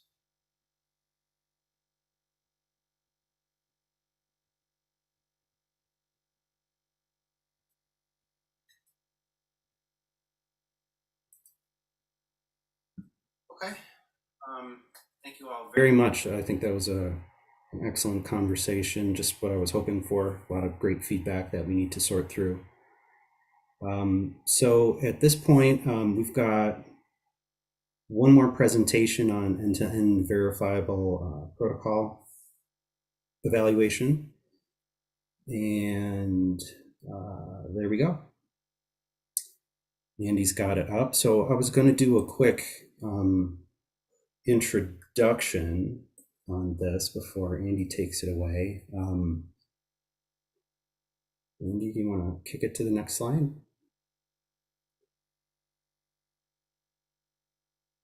Thank you. So as many of you are probably aware, Principle 9, auditable in the VVSG 2.0, states that voting systems must be auditable and enable evidence-based elections. The principle includes the concept of software independence, meaning that an undetected error or fault in the voting system software is not capable of causing an undetectable change in election results.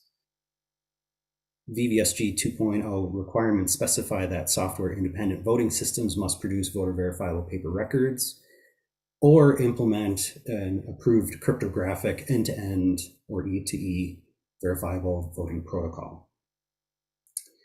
Within the requirements, as we see here on screen, E2E verifiable voting systems are required to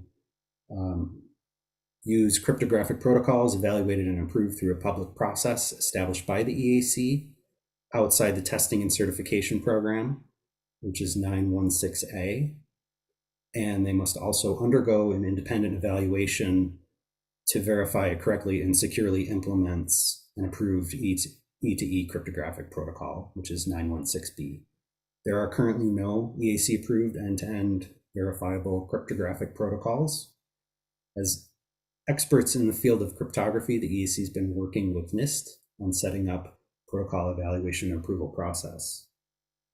So with that, I will pass the microphone over to Andy Regenscheid. Thanks, John. Yeah, as John said, I'm Andy Regenscheid from the NIST voting team and the cryptographic technology group here. I did want to use some of the time today to basically level set again. It's been a while since we've talked to you all about end-to-end verifiable voting systems and protocols. I know there's some new members. So, some of what I'm going to do is kind of go back and describe these systems again, and before getting into what's happened and where we're going next. So, one thing I want to stress on this slide is that there is this kind of a bit of a distinction between the, what we're calling the protocols, kind of the math that underlies these systems, and then the implementations and instantiations of those protocols in systems. That that's these the difference between these requirements in 916A and 916B.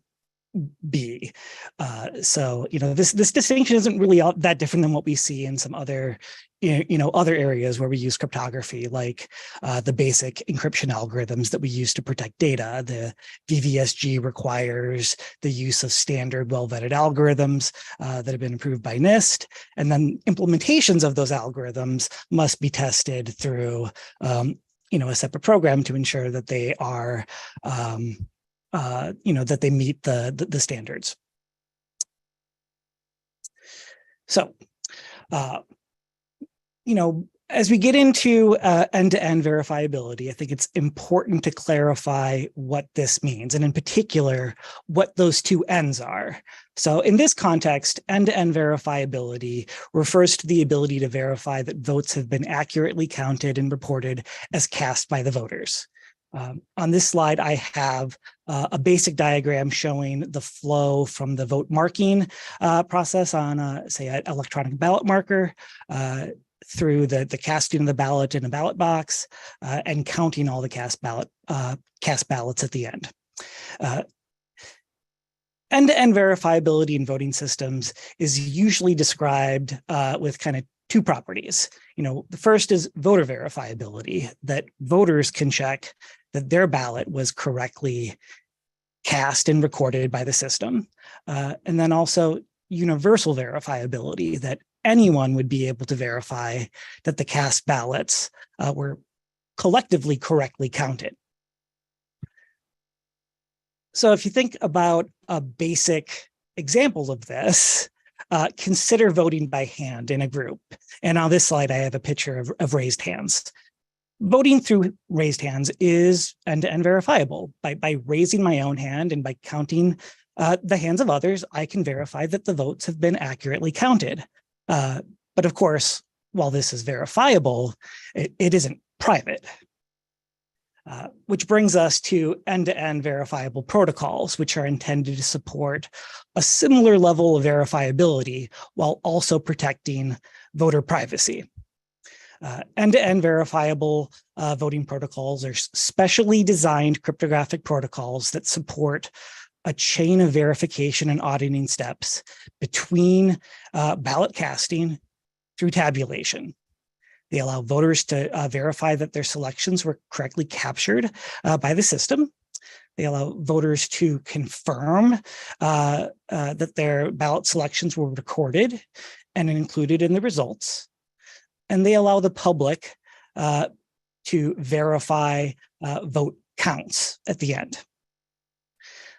Paper-based voting systems can achieve similar levels of, software independence like this through the use of voter verifiable paper records, election procedures, and post-election audits.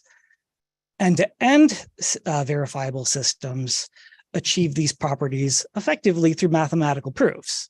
But as part of this, they may also use paper records. And in fact, nearly all current proposals for end-to-end verifiable voting systems do use paper for some part of the process.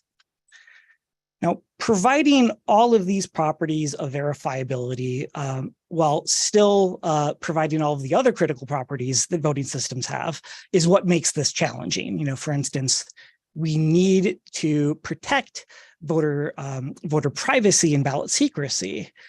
So we have to find a way, to allow voters to verify their selections without giving them the ability to, say, prove how they voted to another individual. Also, accessibility and usability have been perennial concerns with these systems. And while there may be complicated mathematics going on behind the scenes, it's really important that the voting process itself be, simple and accessible for voters.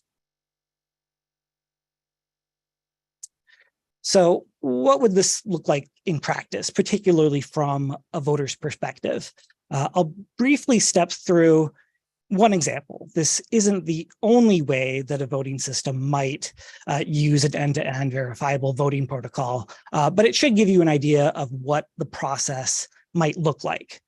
This slide again shows a high-level diagram, showing of the voting process through vote marking, casting, and ballot counting. Now, many end-to-end verifiable voting systems use really an electronic ballot marker to capture votes. The first property of end-to-end verifiability is ensuring that the system is capturing and encoding that vote correctly. There's different ways to achieve this, but perhaps the most common method is to give the voter the option to challenge the voting system after making their selections, but before casting the ballot. The challenge would have the voting system effectively prove to the voter that it encoded the vote correctly, but would also spoil that ballot and require them to mark a new ballot before proceeding on to the casting phase. Once satisfied, the voter could choose to cast their ballot. As part of the end-to-end verifiable voting protocol, the marked ballot would include a special code.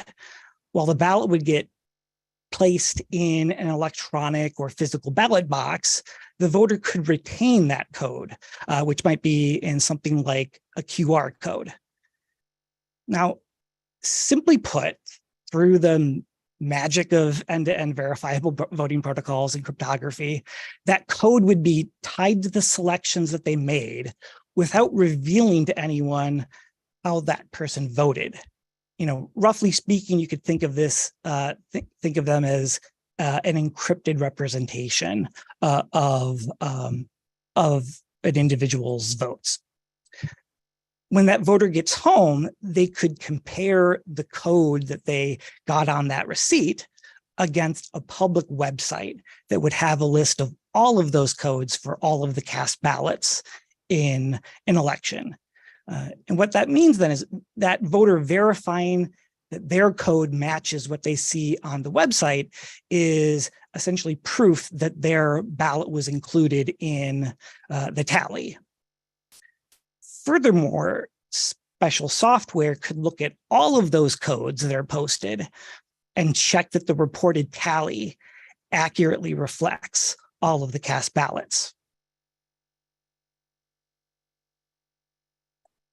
So that's kind of a high level view of kind of the voting, casting, and verification process within one type of end-to-end verifiable voting system. Now, end-to-end verifiable voting systems have really unique and interesting characteristics, but also unique challenges. There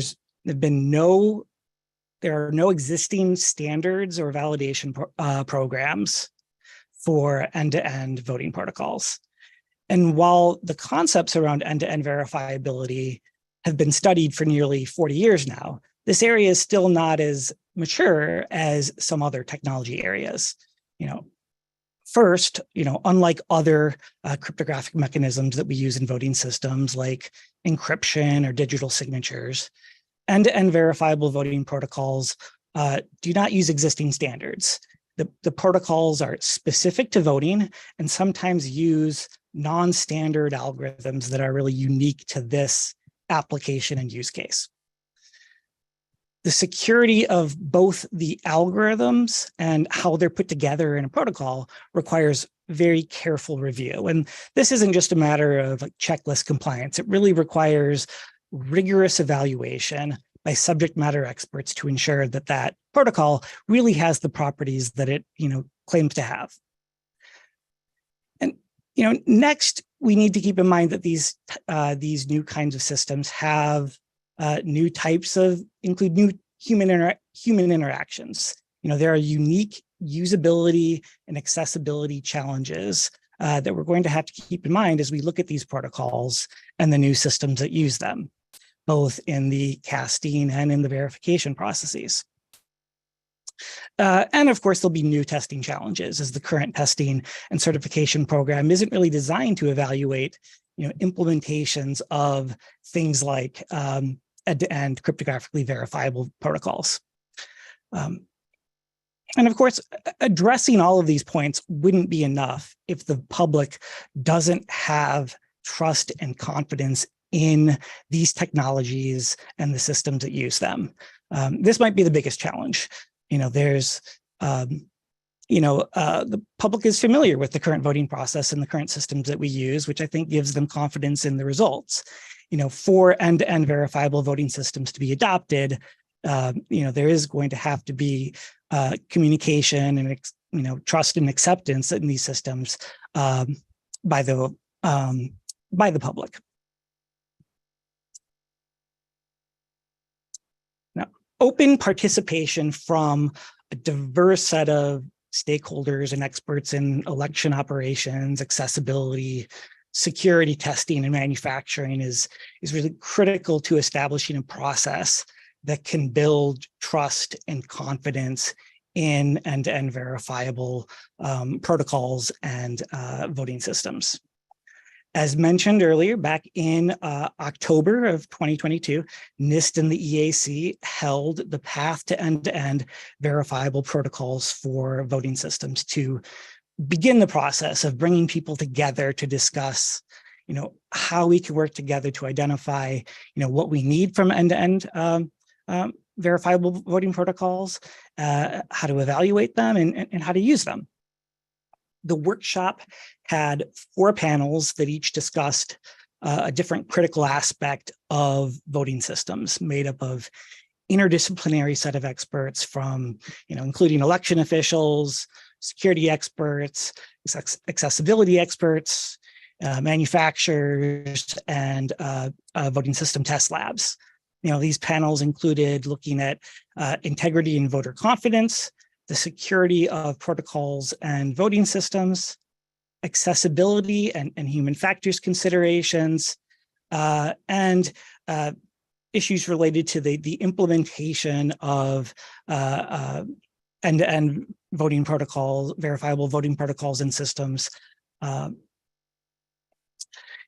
While virtual events present certain challenges for public participation, I thought we had great engagement. I know on the first day in particular, we had nearly 300 participants, most of whom stayed the entire time. Our panel moderators and panelists, including some of the people on the TGDC on this call today, had great discussions. And I think we, were able to incorporate a lot of live questions that were sent in from the virtual participants. To kind of give a summary of, some of what we heard from those panels, there were a lot of discussions throughout both days about the unique properties and characteristics of end-to-end verifiable voting systems and the value they bring to elections. They provide voters with new ways to verify that the votes were properly cast and counted, and they could facilitate innovation in the development of voting systems, including potentially accommodating systems that are less reliant on paper. But we also talked to many of the challenges, complexity being one of the major common themes that kept coming up both days. We talked about the potential impact that the introduction of a new technology with new processes could have on the public's trust and confidence in elections. And we talked about how communication will be key. How can we help voters understand this technology and how it works and why they can trust it? That wouldn't mean making them experts in cryptography, but are there opportunities to provide intuitive explanations for how these systems work to help them feel more comfortable with it? The complexity is also a major potential issue for elections and poll workers. We've heard from many different jurisdictions that have different capabilities and resources for purchasing and operating new election technology. The workshop talked through the technology and the challenges with defining and evaluating the voting protocols that implement end-to-end verifiability. The properties they seek to achieve can be quite nuanced, and while the high-level principles of end-to-end verifiability are fairly well understood, there isn't yet at this time a well-established threat model that could drive more detailed requirements or evaluation criteria. We also talked about the importance of accessibility and usability in these systems, ensuring that all aspects of the vote casting and verification process is accessible to all voters. And while this is somewhat separate from the particular cryptographic mechanisms used by the protocols and systems, we heard about the need to consider accessibility throughout the design and development of the voting system and the underlying technologies that they use. There's strong potential here with end-to-end voting systems, whether it's facilitating the development of new systems or giving voters more confidence in existing tools like electronic ballot markers, was one of the comments that came in. I heard three themes emerge from the workshop participants as recommendations to keep in mind as NIST and the EAC continues through this process. I heard that need to be to move forward with a very deliberate and thoughtful approach, both for this and really any as we pursue any new election technology, particularly one as complex as this. One of the comments that I wrote down from the workshop was, nothing erodes trust more than getting it wrong with the voter. I heard as one of the recommendations too that the need to act in an open and transparent manner throughout the process so that we can all see, analyze, and contribute. This includes having a broad set of stakeholders across the election community that is involved in developing the requirements and evaluation criteria and the evaluation process. Finally, I heard a recommendation that we need to learn, and in particular, look for opportunities to learn through incremental progress. The idea of encouraging or facilitating pilot projects came up frequently as one of the ways to potentially make incremental progress.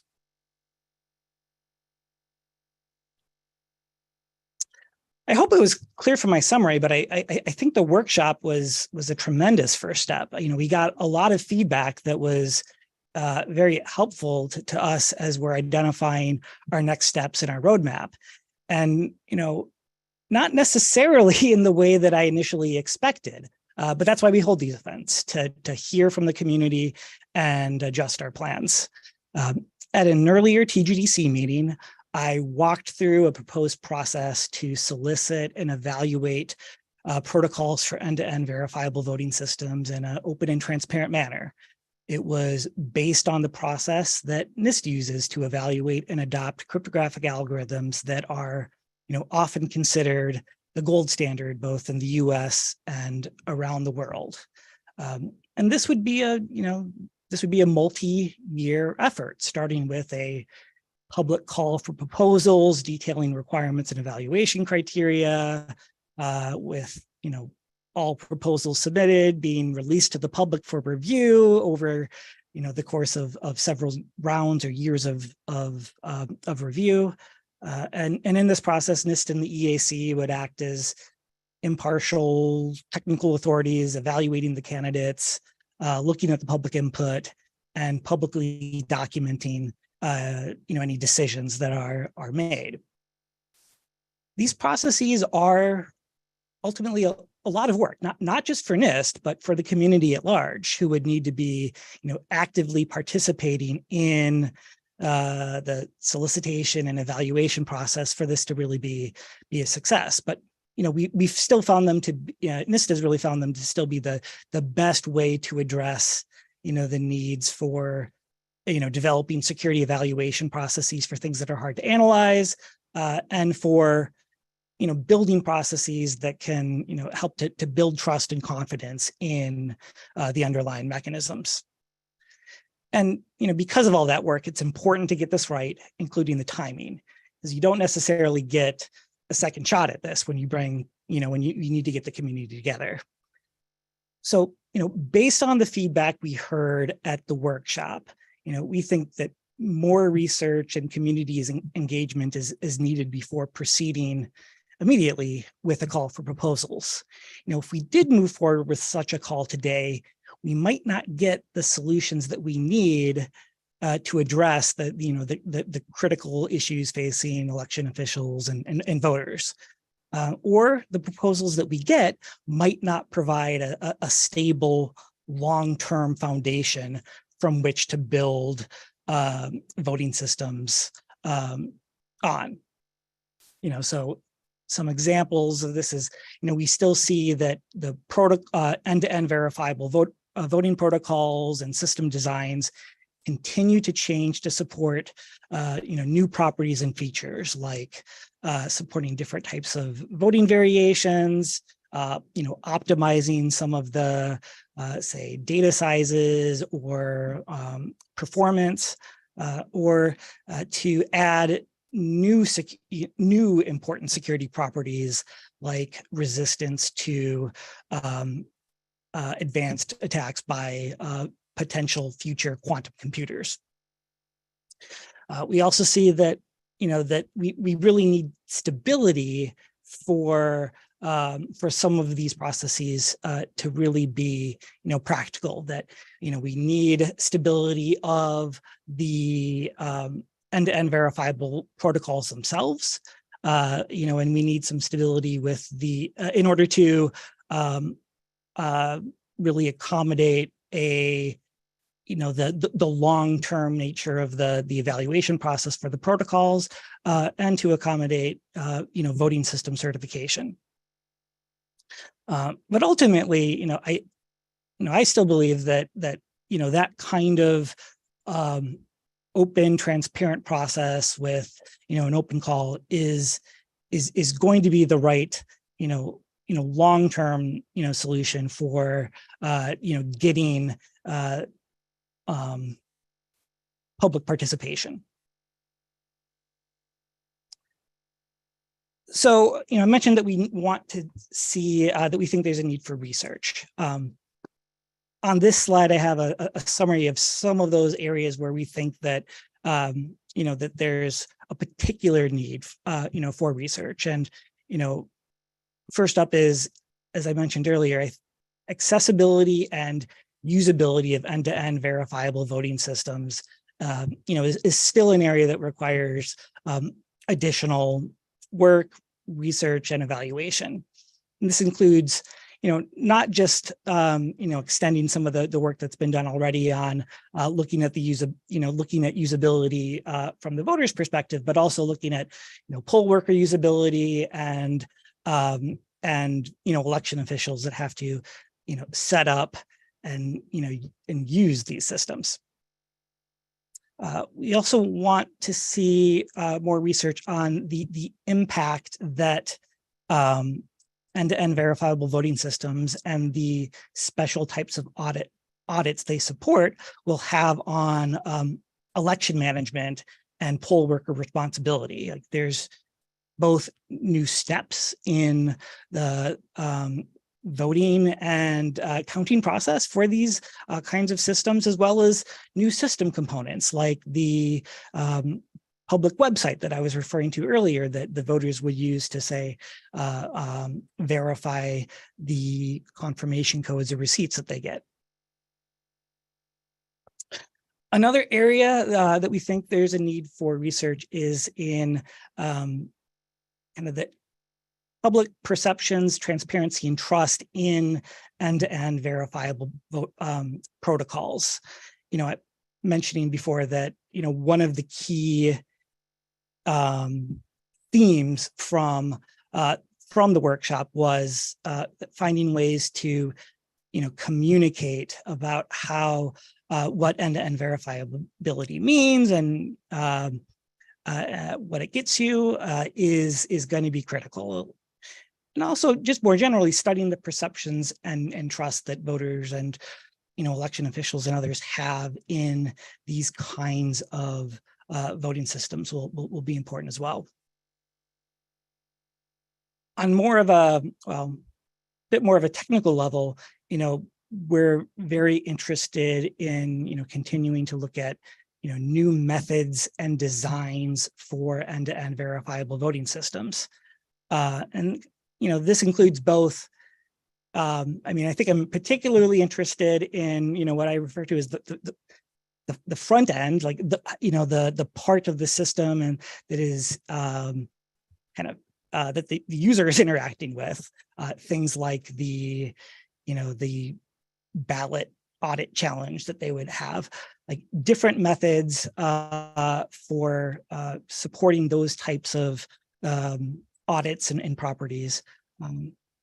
And also new methods and designs for the kind of back-end math, the cryptography that would support to support different voting variations and quantum resistance. And finally, kind of coming back to another one of the themes that came up during the workshop is looking at other potential, say, incremental uses of end-to-end verifiable voting protocols in the voting process. Looking at different usage scenarios where voting verifiability could add to the voting process, but not necessarily replace, say other requirements or other things that we have in the VVSG.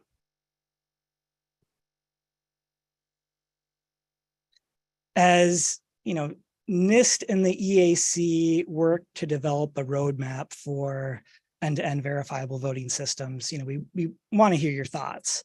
And so while I'm certainly more than happy to address any questions you have, I also have my own questions for you.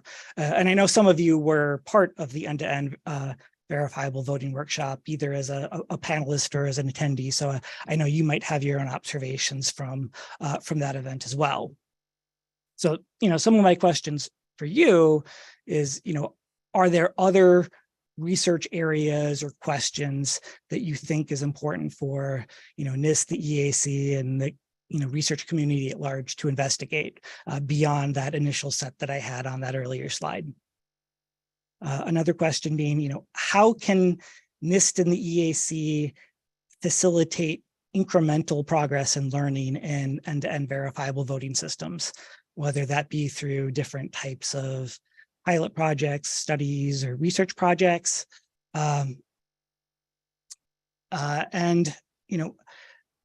as well as, that last bullet on the previous slide of, how could or should we address the usage of end-to-end verifiable voting protocols in systems that don't rely on them for software independence?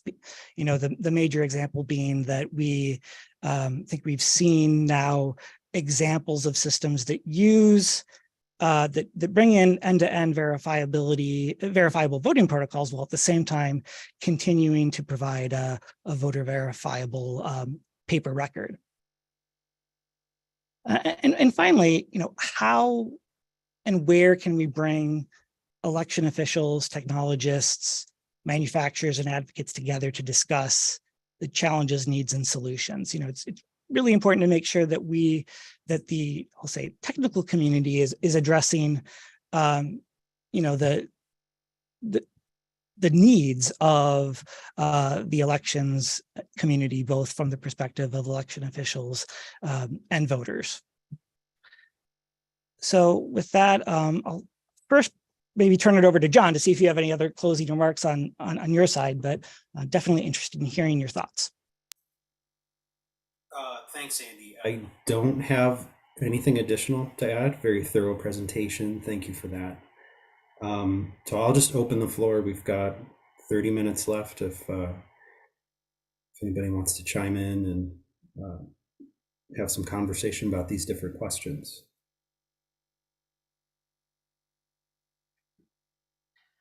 Dan Wallach here. I've been working on this in collaboration with Microsoft's Election Guard project for a couple of years now. So I have way too many thoughts, but I think one of the most interesting things that would be worth NIST sticking its nose into is, along the way, there are a number of engineering challenges that the Election Guard people have stumbled on and just kind of made arbitrary decisions, like how are we going to write ballots out to files? How are we going to hash a ballot? And a lot of these individual engineering decisions exist only in code somewhere. And that's a place where trying to get away from here's a specific implementation that kind of works to here's a standard that everybody can agree and implement on their own. That would be a really important place for NIST to get involved. I don't even know that you want to necessarily hold up Election Guard as the thing from which to derive a big standard, although certainly a lot of independent people are participating in it, and it's not bad. But that would be a really interesting direction. Do you know if there's been any, I mean, you said that those are only in kind of reflected now in code, but do you know if there's been any attempt to kind of document where there's been particularly the major engineering challenges? I would say that it varies. There are some places where, particularly for like some of the core cryptographic homomorphic functions, it's all very well written down in the specs. But when we're talking about many of these ancillary decisions, like file formats, it's the specs give you a lot of freedom. And these are places where if you want to have interoperability, then you have to have real specs. And right now, that's just not a thing that Election Guard has been doing. That's something that, I mean, like, I'm giving a presentation next week where I'm going to be talking about how do we do scalable storage for 1 million ballots. If they're a megabyte each, that's a terabyte of storage. You need that to be able to work. And that's, I have some thoughts on that, and I'm going to turn that into a slide deck next week. I mean, that's kind of some of the issues where I think that NIST could be involved. Right. Thank you, Dan. And I will acknowledge too, Dan was one of those panelists that I was referring to earlier that was part of the workshop.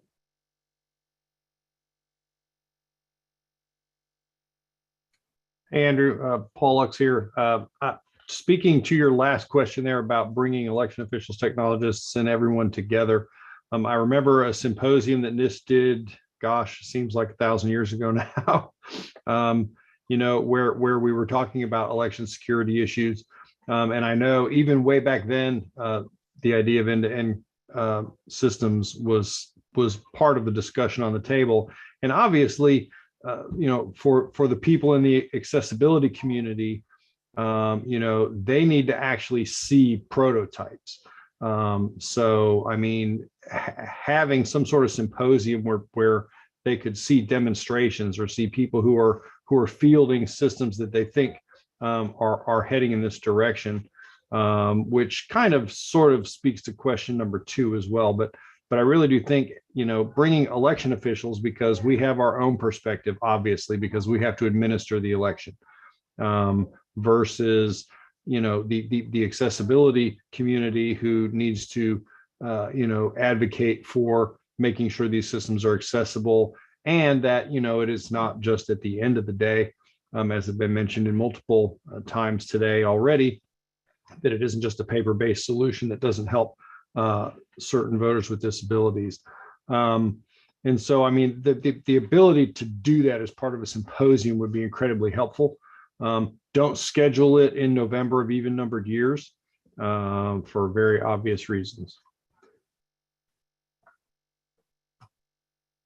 Thanks for that, Paul. And, you know, I do think one of the most, I've been working and interested in essentially end-to-end verifiable voting systems for quite some time, even before I was at NIST.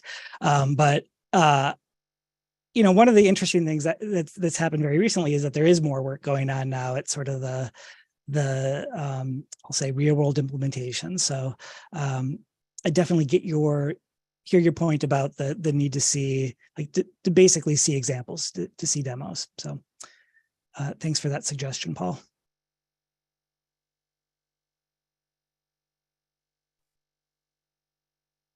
Thanks for this talk today. I know this can be a really arcane and esoteric subject, and I thought that was just a tremendous summary overview of end-to-end voting systems, and insightful list of some of the challenges. And yeah, there are quite a few challenges, aren't there? This is going to take a lot of work, and I don't know whether it's, you know, this is going to be the next innovation of the next decade in voting systems, or if it's going to just prove too hard. But it's great to see you all working on this.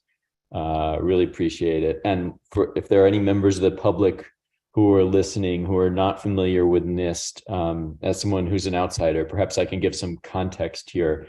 In the community of experts who study these kinds of systems, the cryptographers and the academics and the researchers and folks who spent years or decades of their life learning about all the mathematics behind the end-to-end voting systems and the technology behind it. I think there's a tremendous amount of respect and trust for NIST and Andy Regenscheid and the group of folks at NIST working there. So we're super lucky to have you all working on this and be trusted as a neutral convener and a Switzerland who can bring everyone together, and also experts who are really deeply knowledgeable about the technology. So thank you.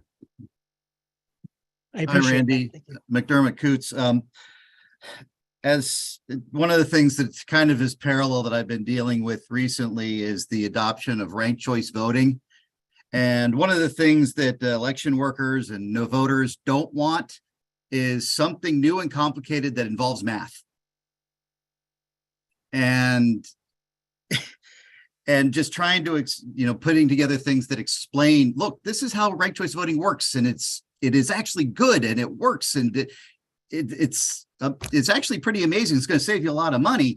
That still doesn't go. It's taken over a decade to make that even just get a foothold going. So plan on that. And I would also say that we're going to have to be implementing these systems in parallel with traditional systems. You're going to have a traditional system that says, also, I've got this. You can have it, you can use it, and eventually people will start to accept it. But it's really got to be that sort of iterative process where people slowly get used to it, because that otherwise, there's a real trust problem. Have Yeah. you? Sorry, Andy. I was just gonna. This is Judd. I was gonna buttress what McDermott just said. I used to be just like 100% behind this project and was a big advocate for it. And now it feels like the world has passed it, because the conversation is no longer about reality anymore. The conversations we have about election denial would not be benefited by implementing E2E, because they don't believe in technology anyway. So when you double down in technology, it just makes the conversation even more complicated. We're struggling with that in Colorado, where we do risk limiting audits, and it's a very software driven system, and we can tell them how fantastic the auditing process is, and they just say, no, you're just doubling down on technology. So I'm with McDermott in that this is another example of the EAC really needs to get ahead on messaging.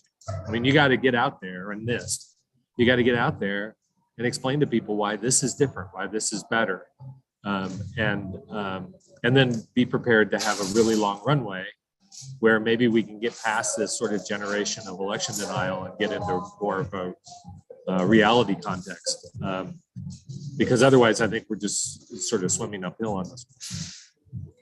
Well, and just as a counterpoint to that, Judd, I would add that of course, part of what we're seeing with the people who are not trusting elections is to a very large degree a lot of lack of transparency in being able to verify. And so, of course, that public auditability that this would facilitate, I think, look, here's all the material. You can go and double check the numbers yourself if you don't trust us.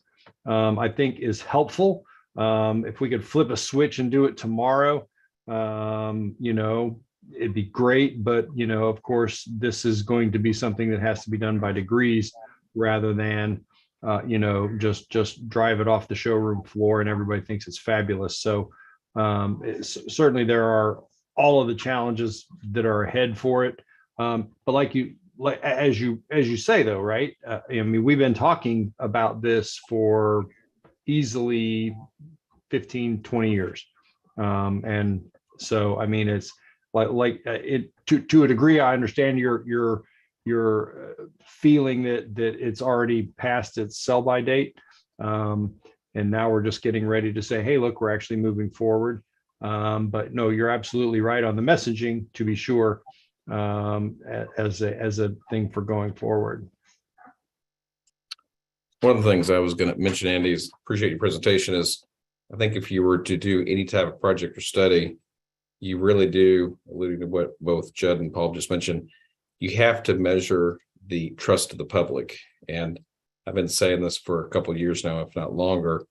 I think the challenge when you have a system where you don't have that paper ballot, in terms of the mind of the voter. It's going to be very hard to convince people, because of the environment we're in currently, that you can trust the election. For example, in our legislature, there are bills currently to go back to hand counting, remove all machines.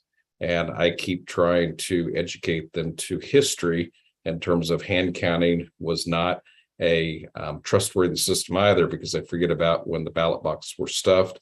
You had dishonest hand counters. You had many issues that occur, at least here in our state of Missouri.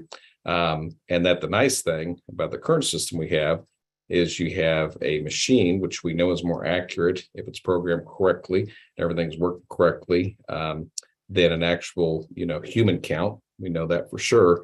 But you can compare in the post audit with what the machine count was, and so you've got two systems of counting that occur there. And so I think we're infinitely years away from the trust of the public. And I think you cannot sacrifice the trust of the public in terms of an election, because literally the foundation of our country is built upon elections. And so you have to be very careful, because I love technology. I love, just what it has brought to us, but you can't sacrifice what our country has been built upon for something that, the public is probably going to have a hard time embracing, especially given what we've seen the last couple of years.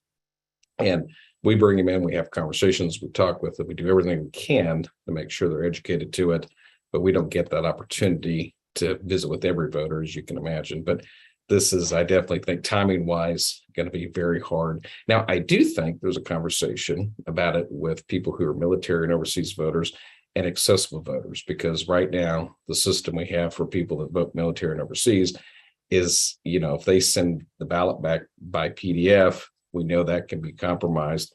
And so I do think there's a conversation to have of what we can do, and we've talked about that a lot, to make sure when somebody does vote overseas military, or someone is voting accessibly, that they've got something that is more trustworthy than what we have today.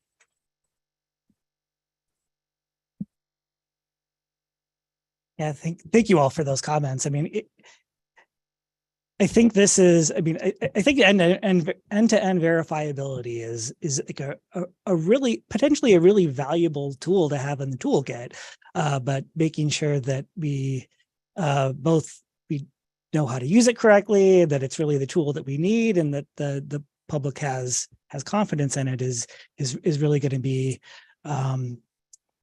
really going to be important. On your last point, I will kind of give a shout out to there's been, well, I'll say in this context, we've been talking about end-to-end verifiability in voting systems that would be used for system going through EAC certification, with a focus on systems that would be used in a polling place. But there have been some other groups that have looked at, how these protocols would work in other contexts, like in a remote manner, like the U.S. Vote Foundation did a study looking at that a few years ago. And I think, yeah, I mean, there's potential there. This isn't the the silver bullet for addressing all of the challenges with remote voting, but it is it is a really useful and I think valuable tool for that use case too. And if the topic comes up, Andrew, for overseas and military voting, to give me a call.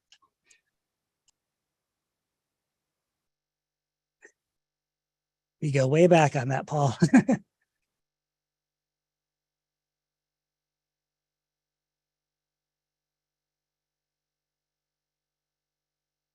Any other questions or comments?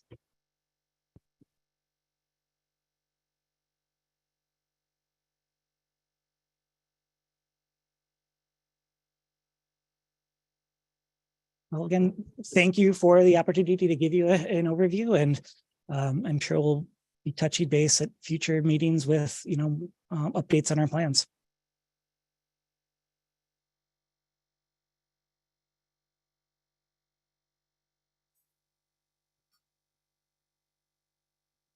All right, great. Thank you so much, Andy, and thank you everyone for your feedback. At this point, we are at the end of the presentations and just about 20 minutes ahead of schedule. So I'll turn it over to Chairman Hicks for closing remarks and adjournment.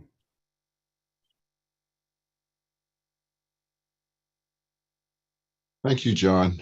I think that the presentations were really valuable, and what I took away from a lot of this is that we need a little bit of Schoolhouse Rock sort of presentation so that we can educate folks a little bit more. I can't emphasize how many folks know how a bill becomes a law from Schoolhouse Rock. So if we can get something like that for the end-to-end verifiability, I think that folks may feel a little more comfortable. I also wanted to particularly thank Judd and Diane, who kept saying they were sorry about speaking. I think that you both added so much to this discussion that that I am very happy for. And these are the reasons that we have these meetings, is for folks to put out their